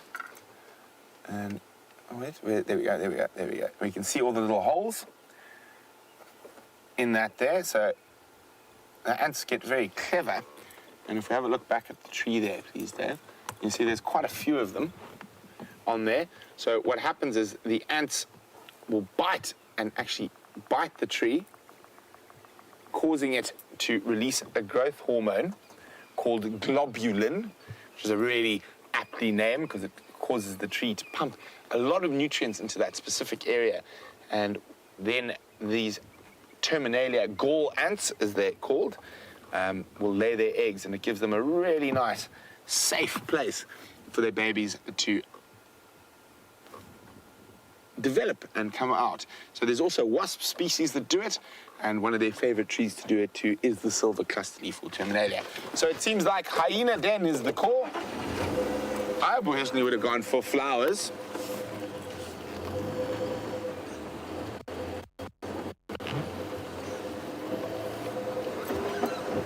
So let's go have a look at the hyena den. I just got an update from James that there's quite a lot of general game around Twin Dams, but unfortunately for us, it seems like the gremlins are not going to let us go there today.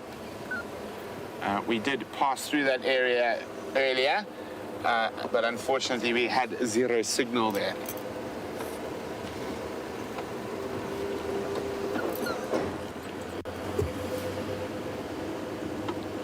So everyone's very, very happy that we're going to the hyena den.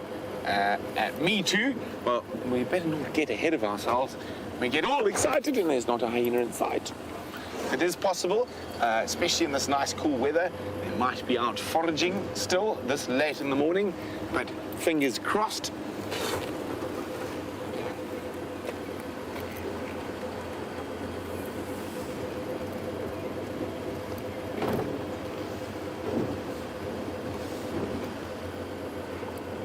Aha! Safari Dean would like to know from Dave whether that was an impala or a lion. Dave? Lion. Yeah, lion. Lion. It was a lion. There you go. So, don't worry, guys. We've already seen a lion this morning. We're not going to look for any more. Dave has told us he has seen a lion / impala. Watch heads. There we go. A very nice temperature at the moment. I'm guessing, what do you reckon, Dave? 23, 24? Very comfortable. Very comfortable temperature. The drizzle has stopped. It has abated. Thankfully, it rained a little bit before we started the live drive, so we haven't had to bail on you due to the possible equipment damage, although I think it got into the radio somehow over the last little while. I think we're going to have to get the camera department, VM in particular is the most technical. I think we should need to give him a hairdryer and let him dry everything. We have done that before, believe it or not, but maybe it might be time to borrow Geraldine's hairdryer again. Oh, no, whose hairdryer did we borrow last time? I can't remember. But to dry the equipment. It was Kirsten's hairdryer we borrowed.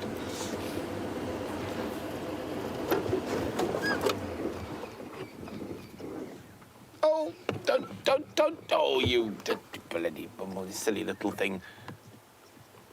It's gone behind. If we go through there it is, there. Not the best view of a female redback shrike who did a runner. I'm going to try and go a little bit forward, and it's going to fly. Okay, well, there was at some point a female redback shrike there, but it escaped us. But fortunately, we are arriving on the entrance road to the hyena den.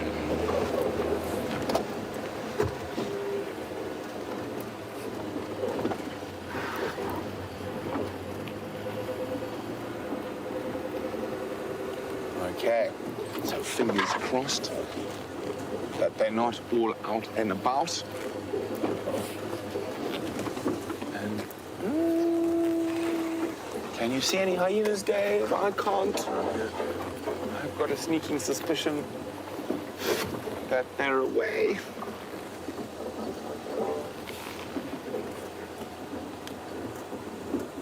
Oh, dearie me. Hopefully they're just lying around the other side.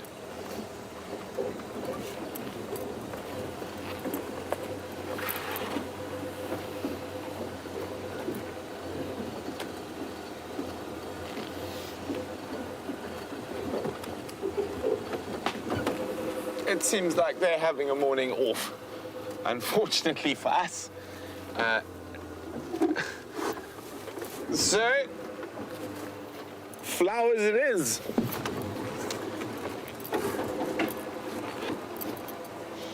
And we could even do a flower at the hyena den, although I can't really see if there are any flowers on it. No, come out a bit. Where's this? Oh, wait. There, that. That is wild asparagus.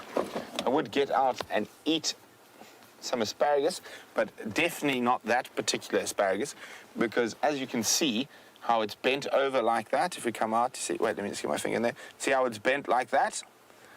That has definitely been anal pasted by a hyena. So this is not an asparagus I would recommend eating, although you can eat them. They are quite tasty. Not quite the same taste as a normal asparagus, but definitely worthwhile, but definitely not that individual asparagus. Although, maybe I should feed it to Final Control.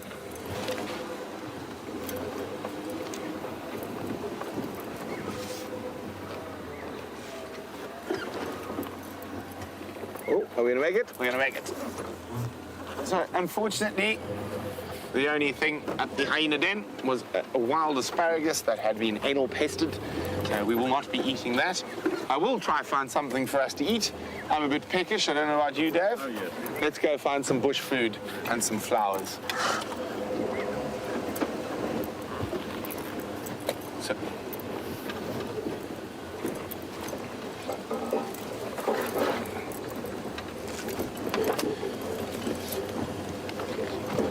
Stephen on Twitter would like to know, what is my favorite bird? That is an incredibly difficult question, Stephen.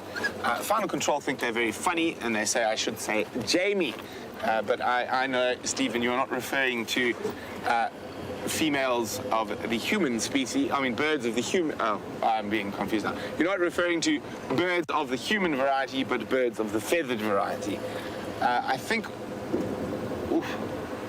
one of my favorite birds is not one we get in South Africa. Let me think. Probably one of my favorite birds in South Africa is a bird called the gorgeous bushshrike. Very aptly named bird. Very beautiful call as well. Let's have a look for the gorgeous bushshrike while we head off to find a snack and some flowers.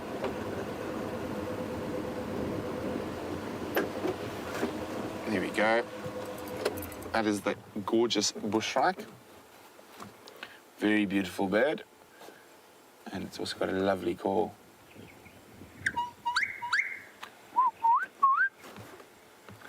I've heard them once here in Djuma, but I wasn't able to find in the Mulwati. They do move around, they have seasonal movements, but normally they're around more permanent water and thickets and forest. And I think after that, another one of my favorite birds is not one we shall be seeing on this live drives. It is called a great blue turaco.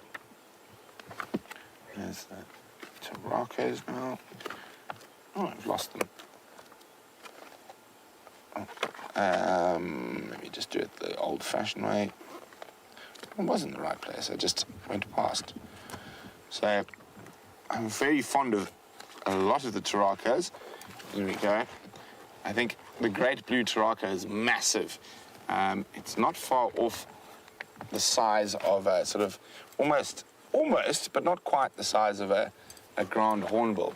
And when I was living in the rainforest, their call used to, oopsie, my fingers over it, extend through the forest like nothing else.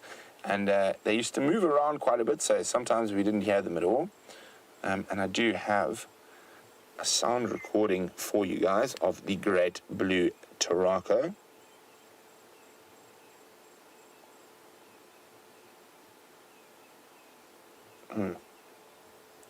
There we go. So there's the bird.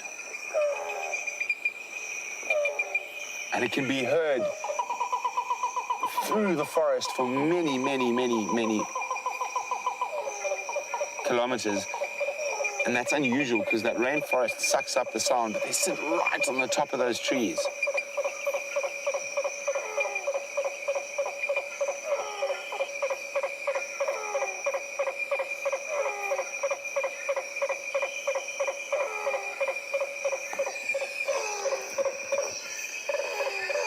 So really, definitely, I think one of my favorites just because of the memories it brings back from being in the rainforest. And I lived in some, what a lot of people would probably consider trying, I was going to say squalor, but it wasn't quite squalor, but it wasn't far off. But one of the tough things about living in an environment like the rainforest, especially being the first people into the area like we were, is, of course, your logistic lines aren't sent up properly. We don't have proper accommodation yet. We're staying in little tents or in hammocks. While I was exploring the southern regions of the concession that the area I was consulting in, we had to travel very light because we had to walk about 14 kilometers from our main camp to our beach camp. And then from there, another 9 kilometers. So, and we were staying down there for quite a while. So all our food we had to carry. Water we used to get out of the forest. But when you're right on the coast, it gets very saline. So you had to find the right spots to get water that wasn't salty. It was quite an experience. And while we were way down in the south, I mean, all we pretty much ate were 2-minute noodles because they were nice and light. With the occasional tin of tuna. And I can show you, let me see here, how I lived when we were down there. And the picture makes it looks really wonderful and romantic, but here we go. That is my, can you see it, Dave, or is it okay? Just bump it up a little bit. The screen? Yeah, my iris, that's cool. So I mustn't, yeah. You got it? Yes. So there we go. That is my hammock. Yeah, you look here. That is the Atlantic Ocean. So this is a very special hammock that's got Yeah, you look, your mosquito netting and a rain cover, which only works for about the first 4 hours of rain. And in a rainforest, obviously, it rains. You can see there's a fire. There's another view looking back. So used to use all the stuff we could collect off the beach that had washed up to store water in, to do different things.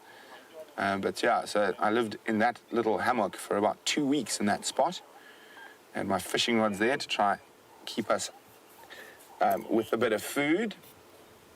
So yeah, beautiful spot, but not, and there we go, there's even, believe it or not, that canoe we found on the beach. We didn't have a canoe. We used to risk crossing the flooded river mouths during high tide to get to food and shelter, obviously lots of big crocodiles there. So, but that canoe we found washed up on the beach, and then a couple of weeks later we found some broken paddles washed up on the beach. We actually found a lot of stuff while we were out there. But of course, lots of technology likes to confuse me. But there we go. There's an absolutely fascinating place. There is a Nile crocodile going into the sea. So the crocodiles and hippos there utilize the ocean to move between the different lagoons. So crossing those lagoon mouths was quite a scary thing, because quite often it was, even on me, was up to sort of my waist. Fortunately, the crocodiles don't feed too much in the current when it's like that. But the other problem is that not only are they crocodiles, they're bull sharks. So very, very interesting place. There's a nice example of a lagoon that's closed off to the sea. So depending on the local rainfall and stuff, those lagoons would close off completely for a couple of months. And it wasn't that often to see that big, oh, there we go, some buffalo, but that nice blue sky. I've been very, very fortunate in all the different places in Africa I've been able to travel. And I know a while ago on Instagram, I did a whole series of Gabon photographs. So what I think I'll do is today Monday. No, it's Tuesday. I missed Monday. Okay. Well, we'll have to start a day late. But from this afternoon, I think I'll do a series from Tanzania next. And not from the Serengeti that everyone knows well, from some of the very little-known parts of southern Selous Game Reserve. So south of Tanzania, and especially southern Selous, a place where very few people have been lucky enough to go and explore. And I was lucky enough to spend a couple of years running about 300,000 acres down in that area.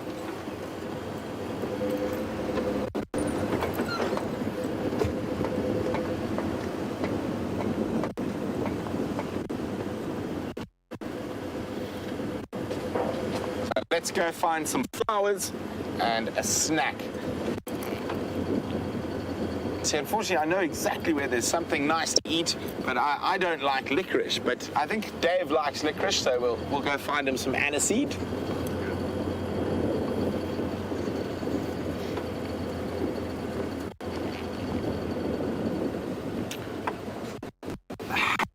Twitter would know what is my favorite flower. That is quite a difficult question. I think it's probably one we don't get here. I know it from Botswana. Let's see if I can find it in my book for you. A, B, C, D.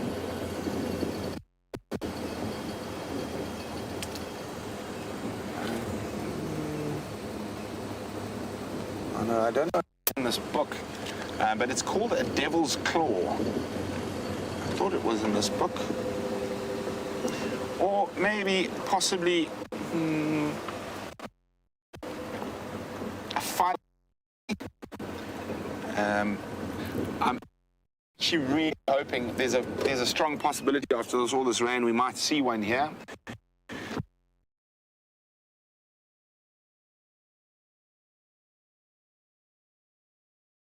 Absolutely beautiful.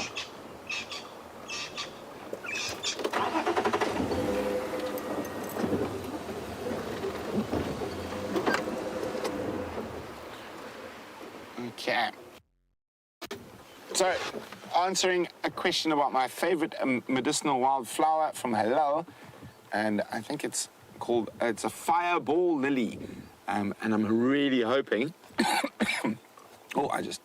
excuse me, that after this rain, we do get them here occasionally. It is quite poisonous, so you got to be quite careful how you use it, but it is absolutely beautiful. So, it's used for mental illness in eastern Tanzania. The mental ill are bathed in the roots, so put some poison on the mentally ill. That's just the best way to deal with them. So this actually occurs throughout Africa up into Asia and India. India, it's used for asthma. So extracts of the bulbs, roots, and flowers is put into hot water, and the vapor is inhaled as a cure for asthma.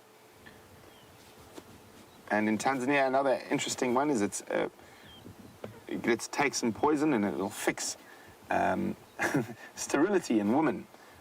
So another interesting, and there's quite a lot of different uses.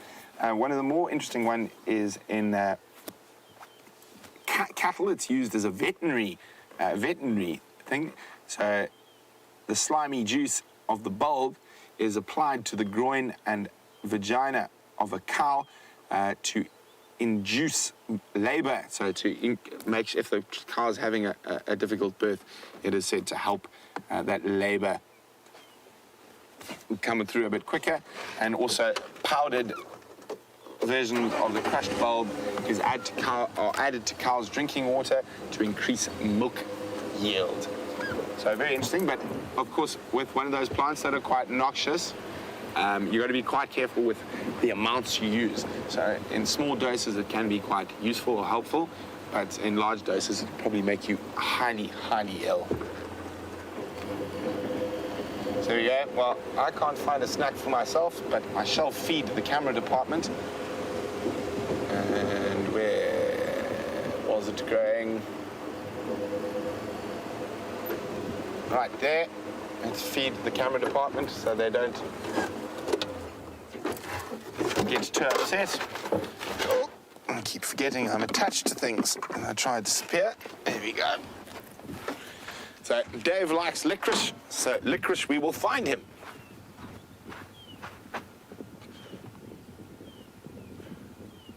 I'm sure there was licorice around here somewhere. So what we're looking for is wild aniseed. There we go. Very, very strong smell. Here we go, let's give Dave some seeds to eat. I'm not the biggest fan of licorice. Thank you very much. I'm not going to, but I do cook with it. It goes very, very well with pork, believe it or not. Wild aniseed used if you're roasting any pork. Just pop some leaves on it, put it in the oven. Delicious. But I'm looking for a phlegia. I have a sweet tooth. Dave, what do you think? Very, very much like licorice. Yes, it tastes very much like licorice. Good stuff. Yes. But I think I'm feeling a sweet tooth today, so I'm going to be in search of bird's brandy, or hopefully a fruiting vigia, although I do remember I saw a fruiting worry bush, and that's a nice little sweet treat if it's ripe. It wasn't quite ripe the last time I was here, but I did chew on a few berries nonetheless. And it should be. Where was that fruiting worry?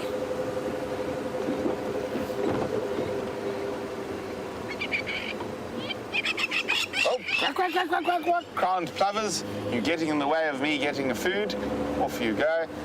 Siberia, one of our zoomies, is wondering, have we seen any solanum or poison apple flowers yet this year? We haven't, and that will definitely be due to the weather. I think it was it this one? No, not that one. Where was that quarry? Oh, there it is. I drove past it.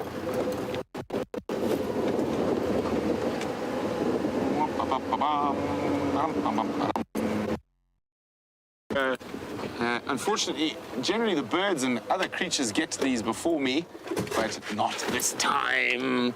So there we go. And there's a ripe one. Oh, there's another one for Dave. There we go, Dave. So these actually look a little bit more ripe. Ooh, if the bugs got there first. No extra protein. There we go. Thank you. Still sweet, but there's still quite a lot of tannin, so it's not quite ripe. It needs a little bit longer. So, still a bit sort of that, sort of dries your mouth out, sort of almost. But I'd say another day or two before it's ideal. Tasty. It is tasty, very sweet. Trying to think of something to compare it to. Blackberries? Maybe a little bit like blackberries. Not quite as sweet yet, needs a little bit longer.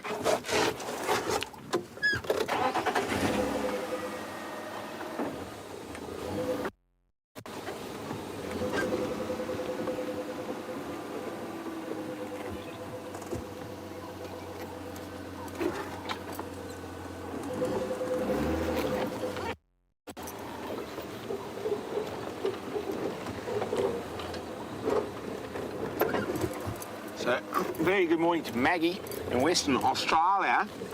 And Maggie in Australia, whoa, big hole, Dave nearly fell off, would like to know if I've ever been to Papua New Guinea to go see the wonderful birds of paradise. Whoa, there we go. Maggie would also like to know, would I go there? Most definitely, I would love to go to Papua New Guinea, not only for the birds of paradise, there's lots of fascinating creatures there. And I'd like to go in search of, I think what's the full name of it? The Papua New Guinea singing dog.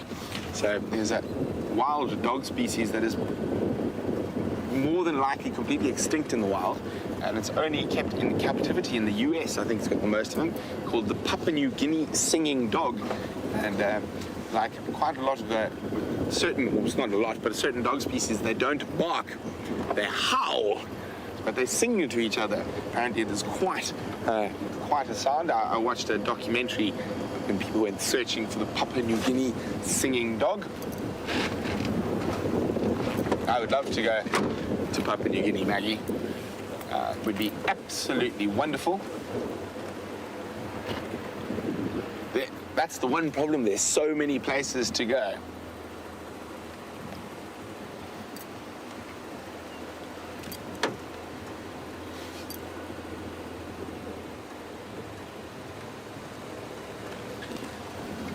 So if I was to travel to the US, Angie would like to know, what is the one animal I would most like to see?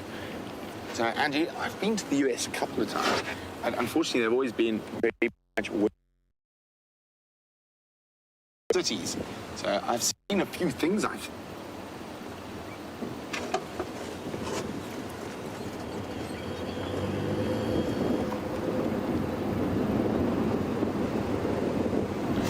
Sorry about that. The gremlins still seem to be sneaking about. Angie asked if I went to the US, what is the one animal I'd like to see? And I was just saying, I've been to the US a couple of times. I don't know if I could say one animal. I definitely think high on the list would be obviously the apex predators. All of them, grizzly bear and the polar bear up north in Alaska. I've seen the black bear. I saw a black bear. I've forgotten what the name of the island was. But if you take the ferry from Seattle heading east to, I can't remember the name of the place, but there I saw a black bear. And just outside Los Angeles, I saw turkey vultures. Those were really cool. And I saw Canada goose in Seattle. But I think, yeah, definitely a grizzly, polar bear, wolves, moose. I saw white-tailed deer. I saw coyote. Oh, big bird. Big bird being bombed bird. Can hear all the dwarf mongoose alarm calling.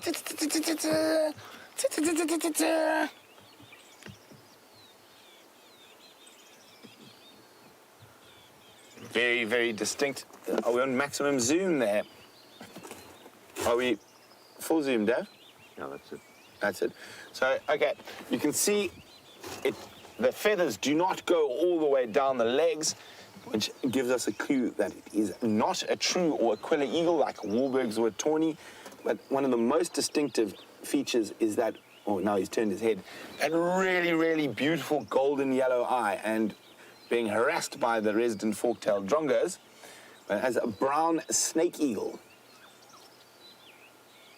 You can see, very distinct that the feathers don't extend all the way. And if you can see the eyes there, they're really, really yellow. And also a very upright stance compared to the other birds. Oh, what have we got? What else is harassing him? You can see there's a starling and a shrike. I'm just trying to see which one it is. A red-backed shrike just below him as well.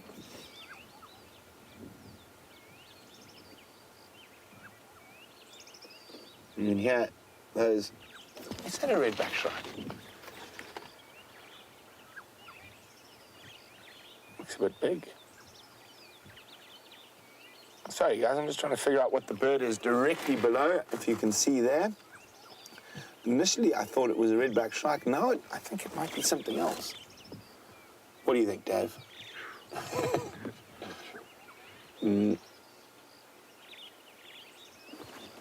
I'm pretty sure. It looks like a red-backed shrike. It just looked a bit big for a second there.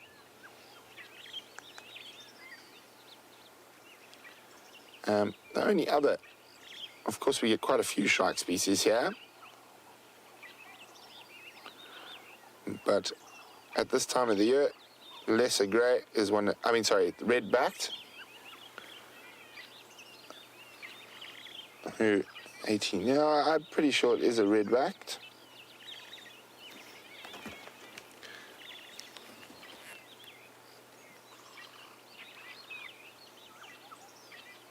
Yes, it is a red-backed. But you see all the starlings and other birds that snake eagle is just ignoring. Let's go see if we can find those dwarf mongoose that are very upset that the snake eagle is around.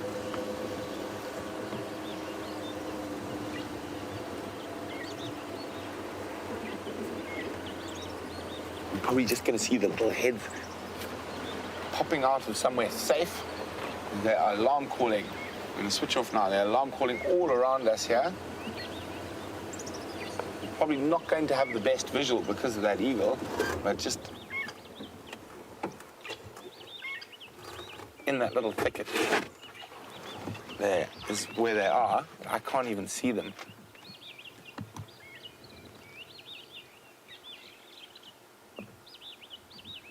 Of course, as soon as they see a large bird of prey, they will dash for any form of cover, try to get out of the open. There we go. You hear that alarm calls. Shame though, guys.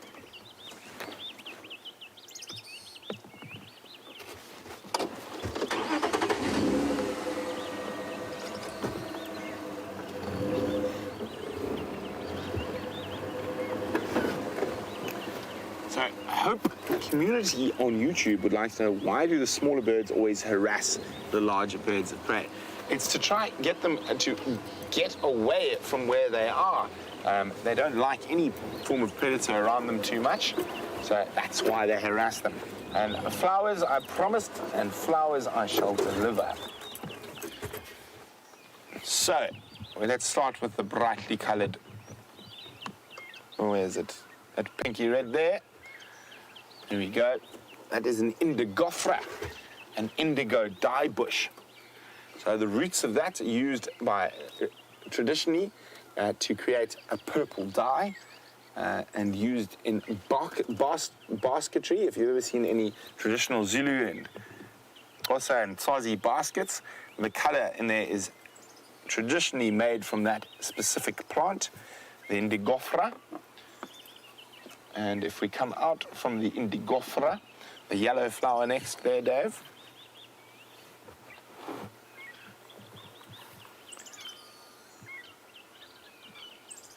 So you see there, that is the Justicia flava, I think, or yellow Justicia. Very pretty little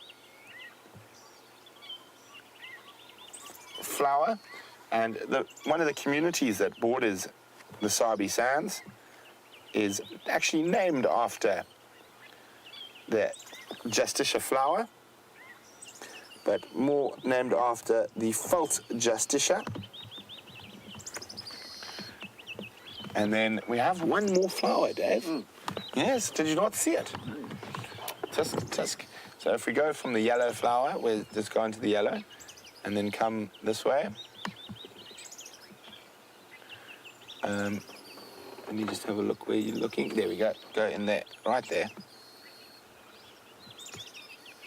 That is a beautiful little thing called an Oldenlandia. That is also a heliotrope. So it also follows the sun. Those flowers will move around during the day. There we go. So a lot of these flowers, not all of them have different uses and medicinal uses. So the Justicia flowers, which we were talking about a little bit earlier, the yellow ones, they are host to blue butterflies, and those are some of the hardest butterflies to identify. And they are tiny little ones. There we go, there's a little blue butterfly. And a lot of butterfly species will lay their eggs on a very specific plant. So they'll have one type of plant that's their larval food plant. So very interesting that it has evolved to be so specialized. And you can just hear how upset everything is with that brown snake eagle. The dwarf mongoose, we can't see hidden there. There's a squirrel alarming as well. So, too much racket around here. Let's move on.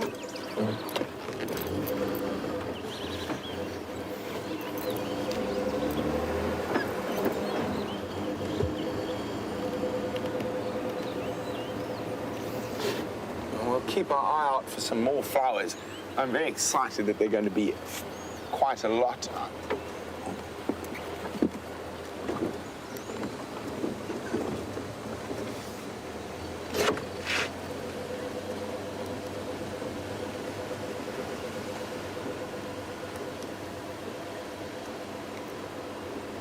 Oh dear. Dave, do you remember what channel are you on? Channel 2. Channel 2. I think I bumped the thing when I picked up the radio to get signal there.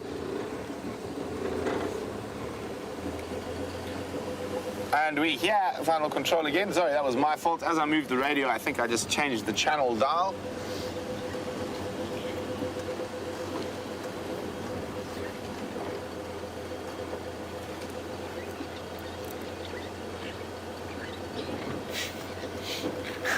X-Ranger says, when I do that bird call, I sound like a ninja on a computer game on attack. Now, I'm not sure which bird call. I think it's probably the swan. That I sound like a ninja on attack. Wonk, wonk, wonk. There we go. That's no more swan calls for me from now on. That was just for you, X-Ranger, for your enjoyment. I'd love to know. Apparently it was maybe one of the alarm calls. I'm not sure which one. Psh, psh, psh, psh. Or that was a dwarf mongoose, not a bird. That was the dwarf mongoose. Oh, I'm sure it must be a very scary ninja if he's imitating dwarf mongoose.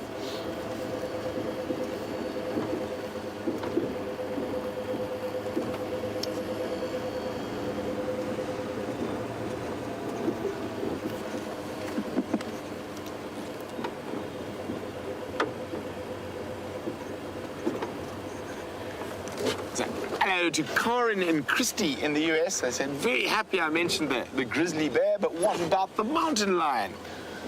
Well, I think a mountain lion is sort of like a leopard to a degree, so I would obviously love to see it. But I think higher up on my list would be wolves and bears before the mountain lion. Also a bobcat, also be really high up there. And a moose. A moose. It's just such a funny looking animal. And apparently so incredibly massive. But I think I'd like to see all the animals. Even a prairie dog. No, it's definitely not a dog. A little rodent.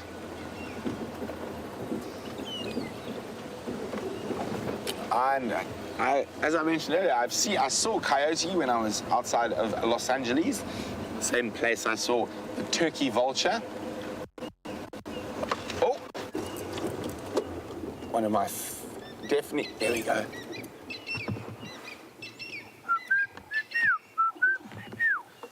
Let's see if we can find that. It's my favorite Franklin. It's a Shelley's, and my grandfather taught me how to remember that call many years ago. And to drink a beer, to drink a beer.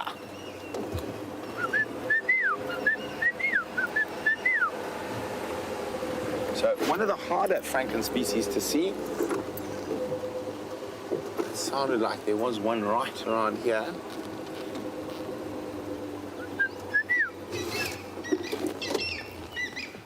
Where are you calling from?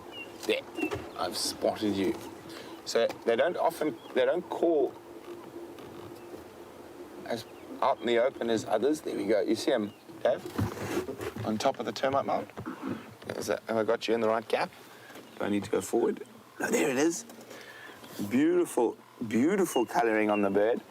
And you see that wonderful white throat. And this is the male sitting on top.